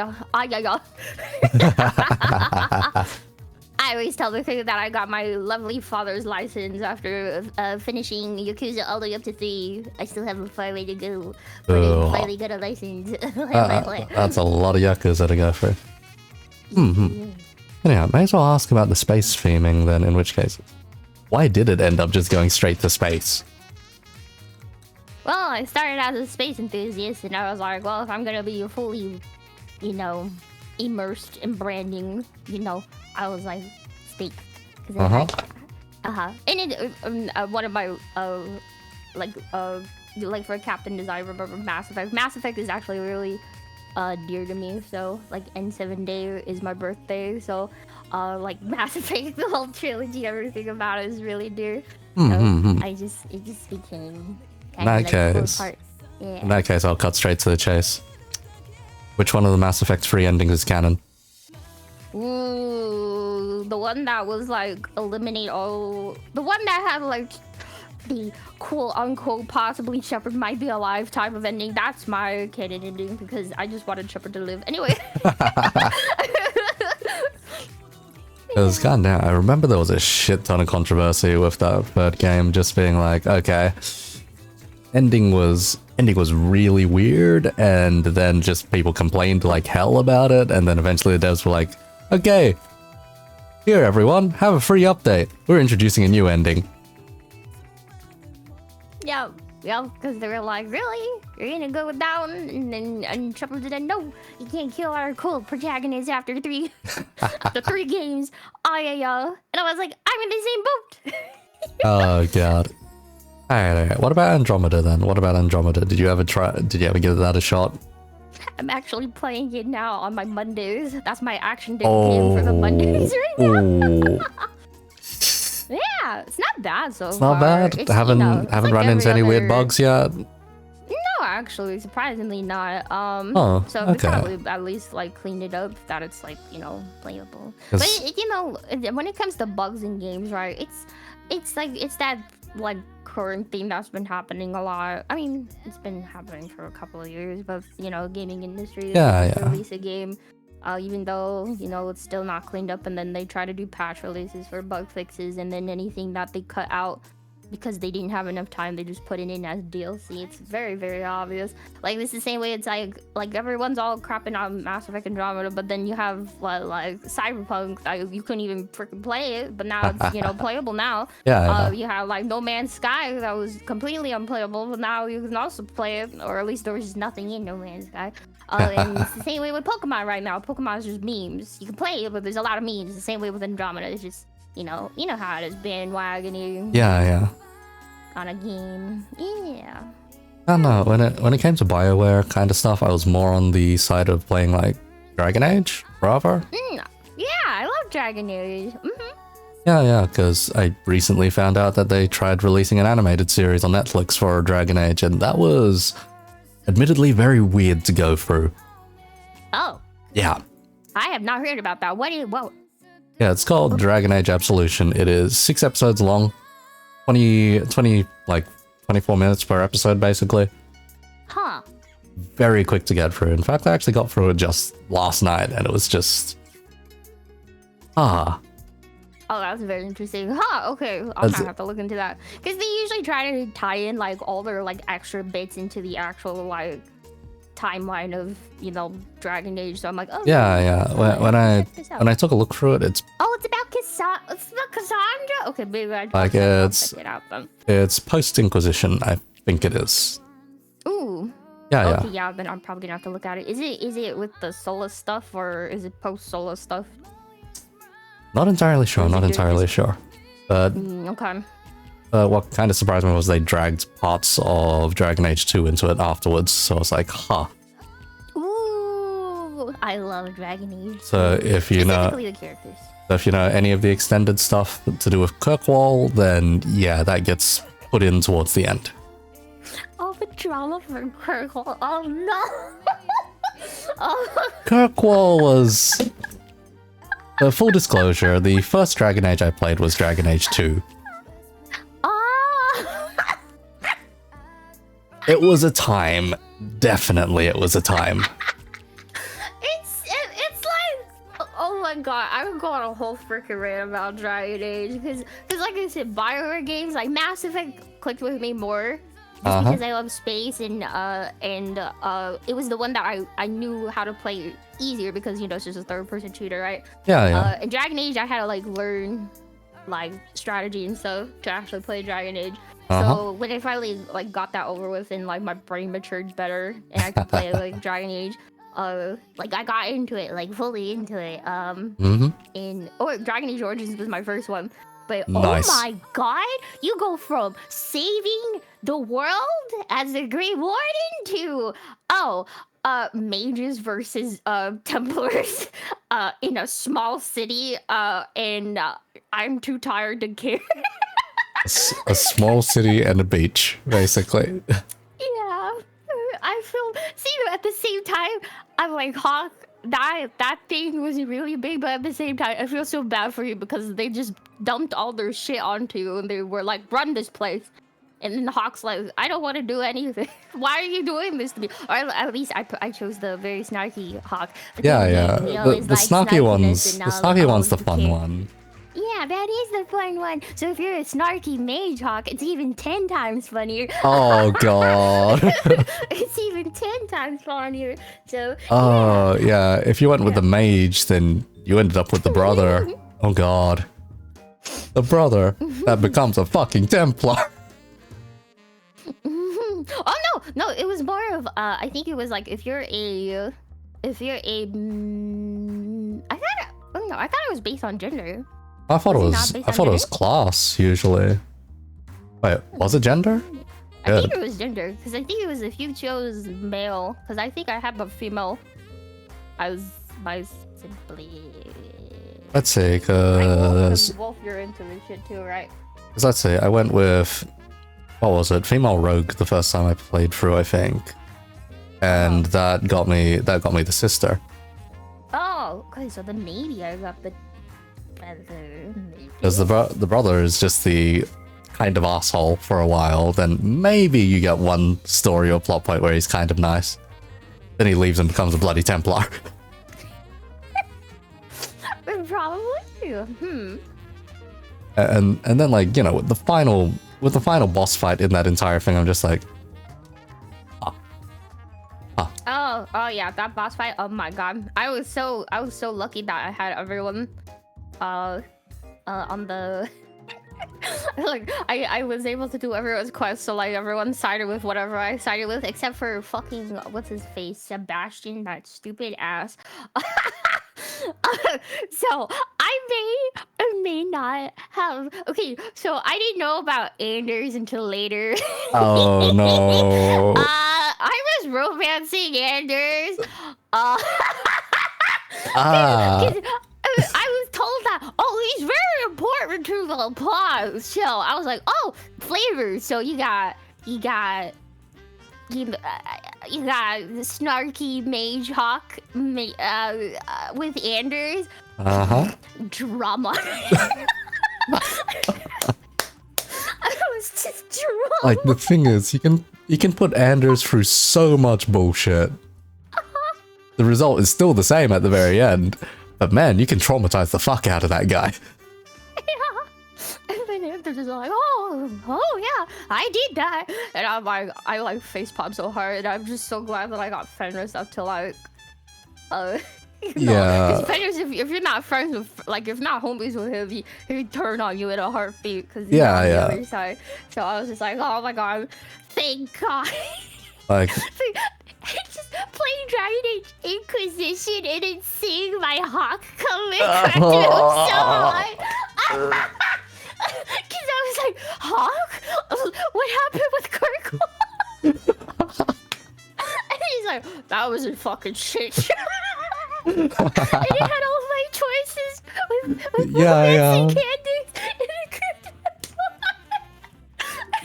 Because yeah, it all piles up with Dragon Age. Like, there are choices you can make in Origins that carry over to Inquisition, like the fate of, you know, the heir fellow, whatever his bloody name was. Like, if you do make him into a king, he shows up as a bloody king in Dragon Age 2, and then still remains as, yeah, a king in Inquisition. But if you, I was so glad I did that. If you make him abandon his title, though. In Inquisition, you actually find him, like, washed up in, like, a random bar or some shit. Yeah. And, like, there was, like, 3 ways for him, right? It was, like, washed up like that, or become a Grey Warrior continuing, or, King title, you know, right? Or just straight up dead, I think, was one of them. But, yeah. Like, straight up doesn't show up at all because he kicked the bucket or something like that. Let's see. When it comes to Dragon Age, I don't know, for 2, it was my introduction to the series, and it was, like, weird, wild, okay? It really was wild. Okay, every time we run into a mage, they're definitely gonna use blood magic, aren't they? Oh yeah, definitely. Oh, yep, that's blood magic. Oh, yep, there's blood magic too. There's plenty of blood magic there. Oh god. Oh, a mage is causing problems again. So what are they doing? Blood magic. Yeah, that's a given. Whereas when you go back to Origins and all that, it's just like, yeah, everyone's breaking the rules because the blight is a thing. Well, here's what it is. Let's try and take this High Lord to court and try and denounce him. Oh, you didn't gather enough evidence? Oh, you didn't gather enough followers? We're doing this the old-fashioned way then. I don't know. Dragon Age series is just a wild one. Oh yeah. The quick animated series that they made this time around, I will say the animation was top quality. About the first half leading into the second half is really good, then the plot drops off a cliff and is kind of an, oh, this is kind of an idiot plot. Oh no. Just I'm still probably gonna have to watch it. Cries because it's like they're prepping up that new Dragon Age. It's really short anyway. Like it's a nice little romp because I was like, you know what, the action sequences are nice enough. This is probably one of the best animated sequences I've seen of a rogue-like character, at least.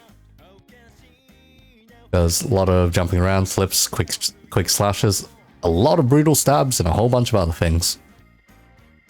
Very nice animation on the main character. Oh my god, wait, hold on. Take your time, take your time.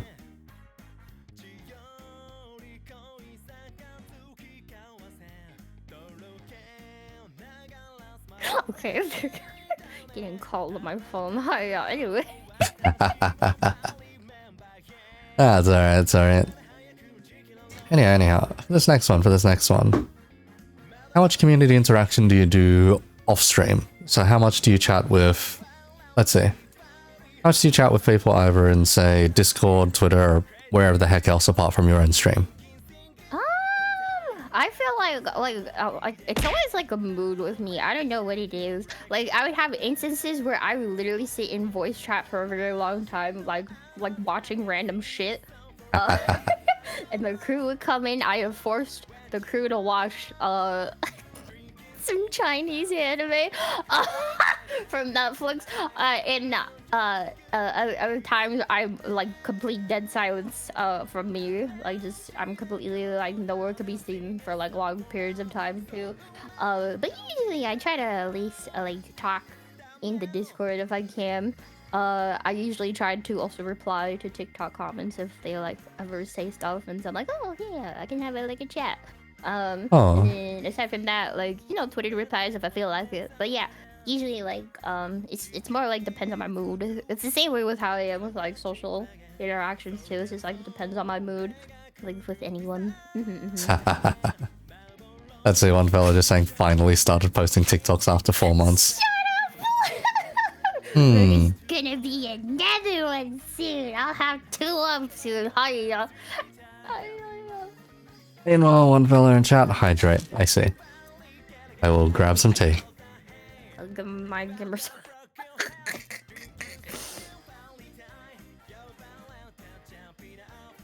I will just drop the cautionary tale of the one guy I knew who had 8 monsters in one day. Ooh. And got whisked to hospital after he went into cardiac arrest. Yeah. Yeah, that guy was not a very smart one. Definitely not a very smart one. I try to at least enjoy my drinks. Oh my god, that's probably why I can't even, you know, drink 8 monsters, or not 8 monsters, 8 Red Bulls. Monsters. But like, if I enjoy my drink, so like I'm a sipper, not a chugger. So. So then, after getting out of the hospital, the first thing he did was grab another monster. Oh my lord. Yep. And then in the time that I knew the fella during uni, he would go for at least 3 or 4 of those per day. And I'm just like, bloody hell, how much of these do you need to drink, man? Free, I understand. Before I might be pushing it. Yeah. It was either Monster or Mother, which had like the highest concentration for caffeine total. It was one of the two. Either way, not good for one's heart. Definitely not good for one's heart. Oh, for sure. Alright. For this next one, you were one of the fellas which established the 3 common goals that VTubers ended up asking for. This time around, after having completed one of said goals, what are your goals for the future nowadays, Captain? Oh, I see partner was a goal, right? Yeah. Yeah, well, after getting partner, I was like, fuck, what am I doing? What now? What's that goal? So, I guess more content would be a goal, which is why, like I said, YouTube coming soon. I just need to film. Yeah. It would just be spreading good content. Yeah, that's a goal. I just, the consistency of my TikToks and start of YouTube. Just starting the YouTube. I've had YouTube training arc on my name on Twitter for months now. That needs to go. That needs to be in the YouTube arc now. But no, it's the training. This is the equivalent of when someone puts on pre-debut for about 8 months. Yeah, basically. But yeah, there's that. I guess other stuff would be another goal would be to hopefully maybe do like actual voice acting roles, because people kept bringing it up. I was like, you know, that's kind of interesting. So I like followed an account that does like retweets for like voice acting stuff. So I don't know. So like casting calls and all that. Okay. Yeah. I just have to like start basically. Okay, in that case, you'll need to make yourself like pretty much just a voice acting demo reel, pretty much. Basically. So there's that one. It has been a very long time since I've ever done one of those. Good lord. Oh, also a song cover would be another thing, because I've been too like, how do I even start doing the song cover stuff? It seems to be a lot of shit that's involved. So I hope to at least get a song cover somewhere. Let's see. First off, then, do something about your microphone. My mic? What about my mic? Christ, $5 mic to ensure disposability. It's an Elgato Wave 3. To ensure disposability. I see. Just god damn it. But yeah, microphone, then after that probably just environment, and then the rest is just recording lines. That's about it from there, really. Would I have to actually buy like some sort of like professional mic for like singing? Honestly, the most reasonable one would probably be just getting yourself an AT2020. That is just a simple large diaphragm condenser mic, best suited for vocals. Huh. Dynamic mics are a bit awkward to mix for. They're generally for a live setting in comparison. Not entirely sure what the Elgato is between the two, but yeah. In a nutshell, get a nice mic. I've been dependent on this Elgato software because I didn't know how to use a Go XLR. Then I just recently purchased a Go XLR. Now I have to go figure out how to fucking put everything together. So oh god, I had the software Go XLR. That's what I had. All I can say is the Go XLR is an unfortunate piece of technology. It is very specifically targeted towards like streaming, content creation, etc. It's just that when you try to delve further into the audio field, you run into some limitations pretty much, or some pretty awkward limitations here and there. But you should be alright, unless you start wanting to plug in some guitars or extra instruments in for whatever reason. Well, that's a good thing, because I don't have any plugins or stuff like that. Not like I'm going to be an audio engineer anytime soon, so we're good. Yeah, you should be alright, Song cover though. Would you want to be covering something in Japanese or English then, in which case?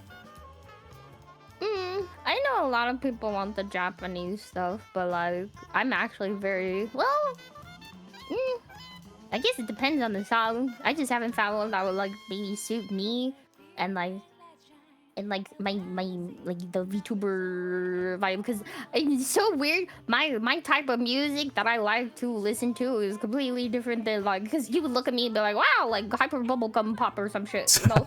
Right? That type of fucking shit, something cute like the, you know, but now my stuff is either like slow, depressing R&B, and like classic rock, alternative rock, like all that stuff. I was gonna say, how far into Duma territory were we going to get? And then I was like, okay, fair enough, that works fine. Yeah,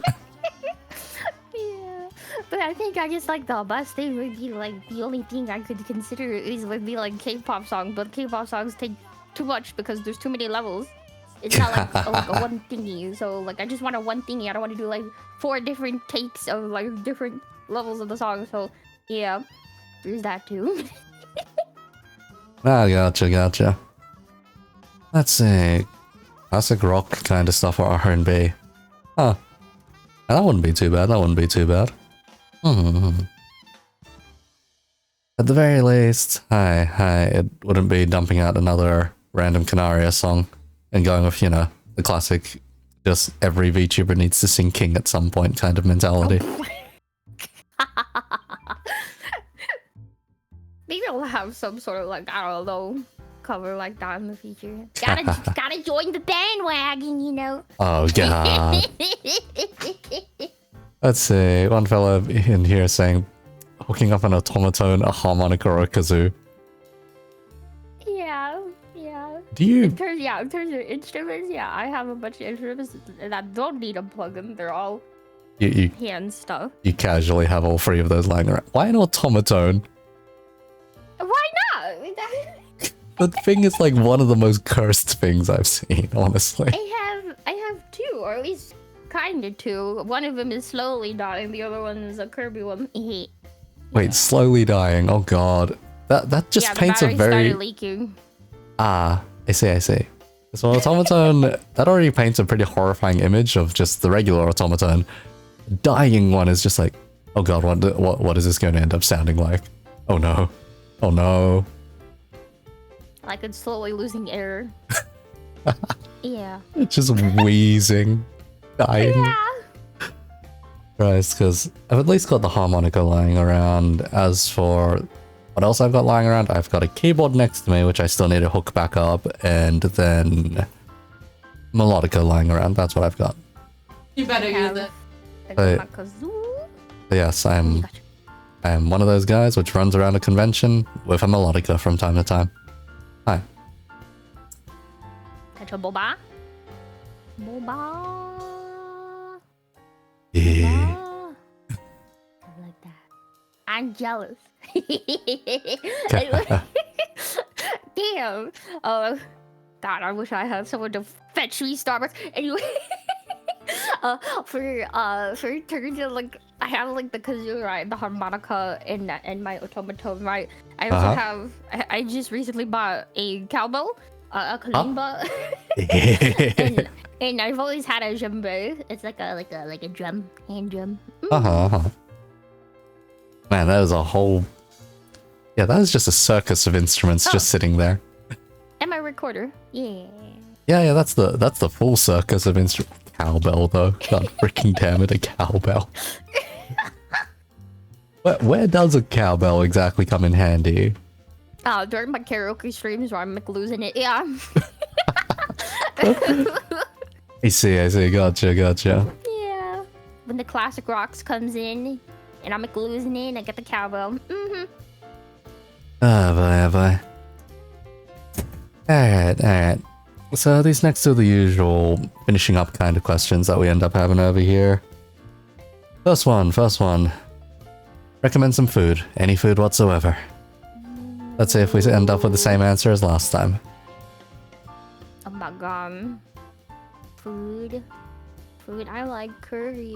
I like anything that's like Southeast Asian curry. That tastes good.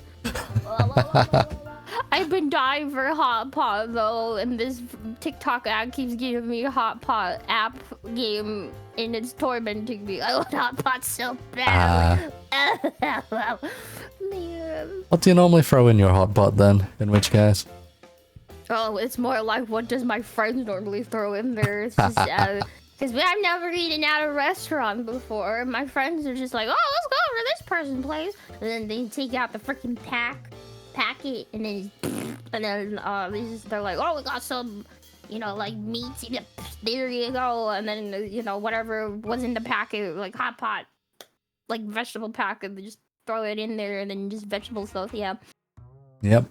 Just hot pot packet then. In that case, yeah. Yeah. That's fair enough. Like, when it comes to, say, the Sydney VTuber lot, whenever that lot meets up, 50-50 shot, it's over hot pot.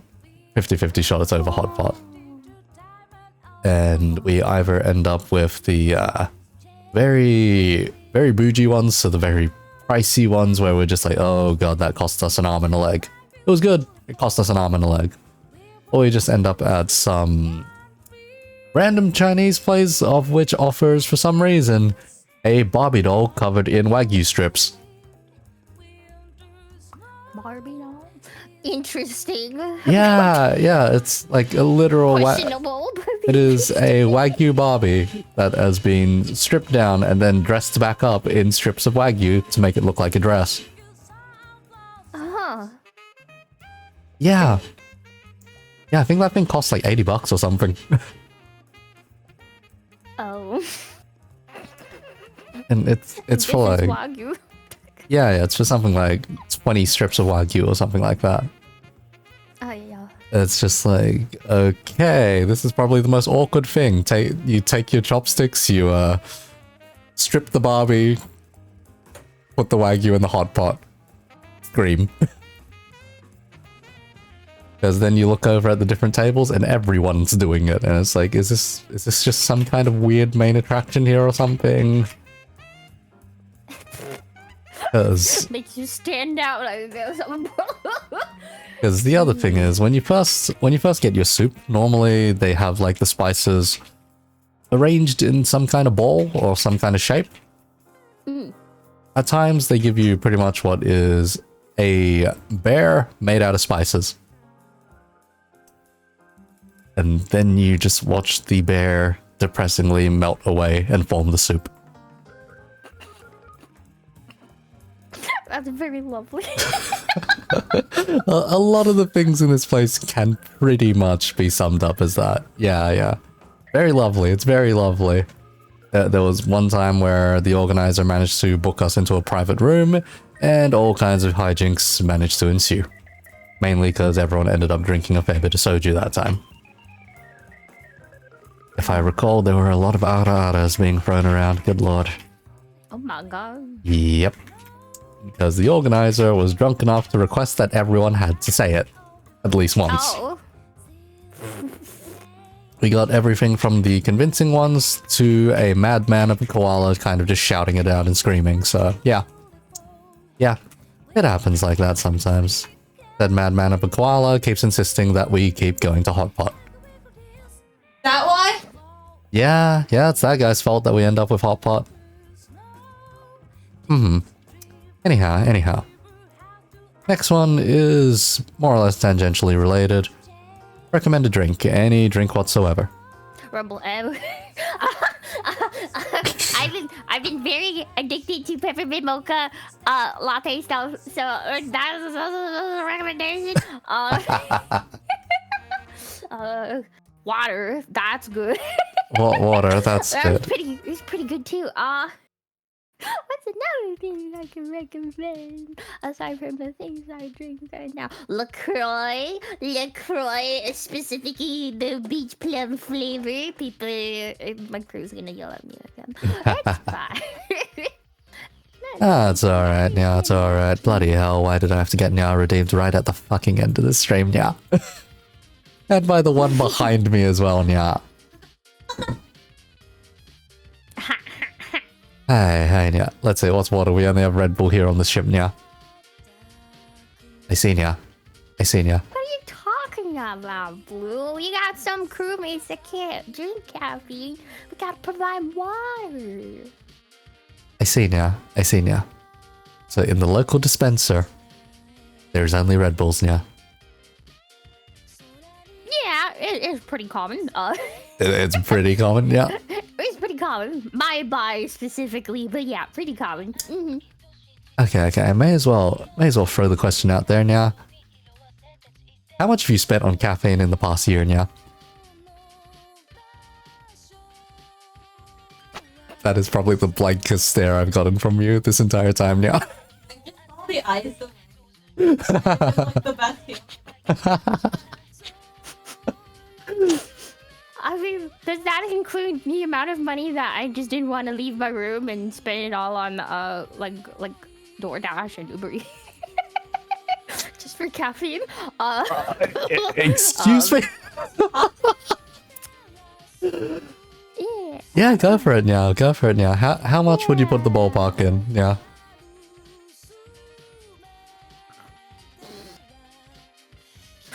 I mean, that's probably the only thing I spend mostly lately. That's consistently. I mean, there's one thing. Like, you remember I said I'm like, oh yeah, I've been very into peppermint mocha lately. I would love to have someone who can fetch me Starbucks. Yeah. I see, yeah. I see, yeah. I don't wanna leave the room. Yeah. So I just end up ordering like 2 to 3 drinks from Starbucks almost every day, every other day. And so the cost is not from DoorDash, it's Uber Eats cost. So it's pretty pricey. It's pretty pricey. I see ya. I see ya. It's pretty pricey because I'm lazy. So kind of $20, $30, and $20. If we put it at $20 a day, roughly, yeah. Yeah. In total, for the past, God knows how long. Let's assume a year thereabouts. Yeah. Let's see. Probably not all too much, honestly. Never mind, that's in the ballpark of maybe 3 or 4 of my paychecks combined. Put in perspective, you could buy 3 PCs of that. When I totaled it up, it just gave me 7.3k. I'm just like, wait, hold up. My realization is, wait, that's not Australian dollars, yeah. USD. That's American dollars, isn't it? Yeah. Yeah. Should be cheaper, right? Yeah. Captain, that goes up from 3 or 4 of my paychecks, easily into the range of 5 to 7 of my paychecks, yeah. Never mind. Oh. Never mind. Nice. That's a lot of gacha pulls. Hi. Every $20 you throw out is a bunch of gacha pulls you could have done, yeah. You know, the 10 pull is always roughly $20, yeah. Yep. But caffeine's the priority, baby. Caffeine's the priority. Yeah. Okay, in comparison, how much have you spent on gacha then, yeah? Ooh. Well, actually, I do have an Excel sheet for specifically Genshin. Not including every other visual novel gacha like thing from before Genshin. Yeah, but like, I think Genshin has totaled up exactly to. So remember, I have been playing since October 17th of 2020. Ooh. And I've spent a total of $2,859.54. Buddy, that's a used car at that point, yeah. $2,000. But I did the calculations of the start to you know today, right? Because I have the Excel sheet, it does it automatically for me. So according to that, I've been spending like 3.65, like $3, roughly $3, or a little maybe $4 a day. Yeah. $3 a day for Genshin, yeah. That's more expensive than most health insurance, yeah. Oh. Yeah. Well, I mean, Genshin really big part occupying most of my mental health, so it is part of your health insurance, right? Right at this point, yep. I call it therapeutic. You roll for your 5 stars. Pretty therapeutic. Don't worry. If you stream like a couple of minutes of Genshin every now and then, you can claim it back on tax later, yeah. You right. Yeah, there's a lot of really dumb stuff you can claim back on tax now, as long as you specify that it's a work expense. And as a streamer, you can get away with a lot of things being counted as a work expense, yeah. All tax deductible, yeah. Get that extra 20% discount, basically, yeah. Oh hell yeah, baby! It's like an early birthday present in the middle of the. Oh my god, yeah. That's not. Whenever I see my tax come back, I'm just like, this is how much they tore away from me. Oh god. Yeah. Because the most horrifying one I saw one time is like I looked at how much I made in terms of gross payments. I'm just like, oh my god, I made a shit ton this fortnight. Holy shit. Okay. How much am I actually getting? Oh, I flat out got taxed an entire $1,000. Fuck. Why? Oh. Why? Ouch. Yeah, because I was like, man, I made like 4K in this fortnight. How much of this am I actually going to get paid? Oh. Sees all the various deductions. Sees the stuff that's being put in a super into shares and everything else. It's like, oh, this doesn't really give me that much breathing room either way, huh? Oh, this is just sad now. This is just sad. Such is the cruel reality of doing any kind of full-time work. Yippee-ki-yay, capitalism. Capital. Is capitalism practiced on your ship? Yeah. Bruh. Man. Crew isn't treated as equals. Crew is separated into classes. Socioeconomic status. Can't believe it. The crew has to pay tax as well. Practice, quote unquote. Practice. Anyhow. Nonetheless, it's been nice having you on, Rilu. Nice having you on again. Yeah, it's nice talking. It's so funny because I always think about like, interviews. Like I remember, I think the last time I was on here, I was not used to. Well, no, I was still in the phase of my awkward, streaming phase. Less confident phase, so I just didn't know how to talk. Last So I time. was probably more nervous, and you could probably hear the nervousness in the previous interview. So yeah. Last time you were able to speak for almost 4 hours, I think it was. You held the record of longest interview I had for a decent while, actually. But oh my god, I like hearing my stuff, and I'm like, oh my god, what do I? Because let's see, if I scroll all the way down to where it was, because I think you might have been like, let's see. So it's around the same time as mine. Yeah. You went for 3 hours, 42 minutes, and it was, at the time, the longest interview all the way up until Mei Kitsune. Right. So you kept the record for a decent while, actually. And then eventually that would be broken down the line by a fella named Remy, which managed to go for about 6 hours. Oh my god. And then the fella broke it again by going for 7 hours. Oh. Yep. Anyhow, I'll go ahead and link that interview in the chat, that old one. Both of you were PNGs! Yep, for that particular one, both of us were just PNGs at the time. Or at least decided to go react to PNGs because models were a time to get up and running. Models were a time to get up and running. So hi. If anyone in chat is curious, that was the old interview over there. Now Captain has to interview for 8 hours. Oi. This guy hasn't eaten yet. I had a pork roll sitting next to me for a bit. Said pork roll has now disappeared somewhere. It's in the fridge. Okay, it's in the fridge. Okay, thank you. Hi. But yeah.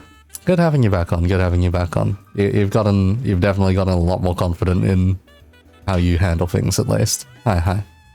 Yeah, it's kind of like it's just become like normal. I think. Yeah, that would be like the best way I could probably like put it. But it definitely helps with my social interaction, or at least knowing how to speak to people more comfortably. Yeah.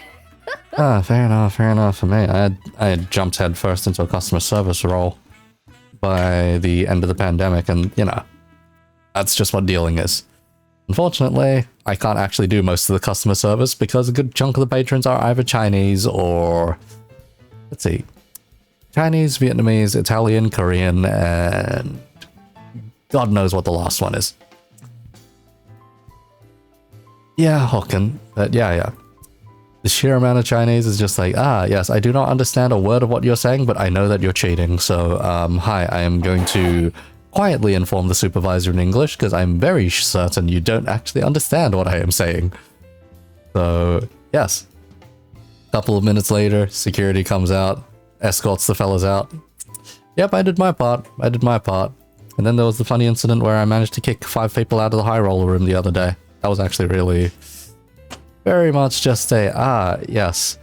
I don't look very Vietnamese. I understand Vietnamese to a native level, at least in terms of listening. I don't bloody speak it, though. So when they started cheating in Vietnamese, I was just like, Hey, supervisor? Yeah, that bet over there, the one in box...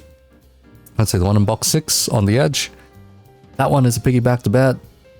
It belongs to those two. They're cheating. Everyone else on this table is cheating as well, blah, blah, blah. And it just became this whole kind of bit of just, yes. The supervisor calling surveillance. Surveillance staring at the table for about 5 minutes and being like, okay, it's like a 5-minute loop before this money gets back to the other person. So they would combine bets, which is not actually allowed. At least at an Australian casino. Because it's meant to be, bet within your means and all that kind of stuff, basically. And in the end, it was just like, okay, it takes 5 minutes for them to cycle their money back to each other and pay each other back out. They caught all of that on tape, on camera. And it was like, okay, we have plausible cause to kick them out and handle things this way. So yeah, all of them got poofed out of there. Because mind you, what essentially happens is when you're in the high roller room, you either get the legitimate high rollers that come in, slap down 5,000, 50,000, God knows how bloody much they want to play. Or you get the Chinese or Vietnamese aunties, which pretty much come in and split a bet like $20 each, basically. And you get all of those rocking up to the table. But anyhow. Enough of the casino stories and all that. Thanks for being on, Rilu. Thanks for being on. I figured out someone to go ahead and raid, so we'll just go ahead and send them over. Okay, yeah, thanks for having me. Yeah. Oh, bloody hell, this person had VT and not TV these days. Alright.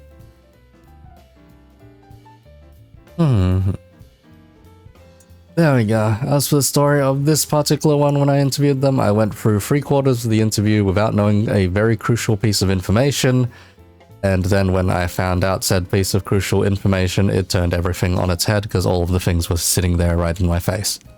And it was simply just, yes, I had no idea that this one was an amateur porn actress. At all. Huh, okay. And then she casually put it out there about an hour and a half into the interview.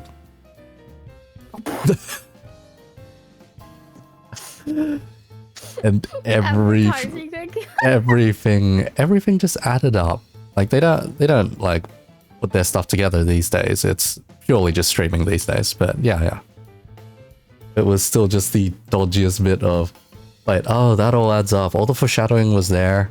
Everything was right there staring me in the face. I just refused to put 2 and 2 together until the last moment. And then when 2 and 2 was put together, I was like, oh, that's why you're ridiculously efficient with interviews. Oh. Oh my god. It was to the point where apparently some of their producers were literally just like, can you please say more during the pre-interview stage, please? Anyhow, yeah, raid's going off in 5, 4, 3, 2, and 1.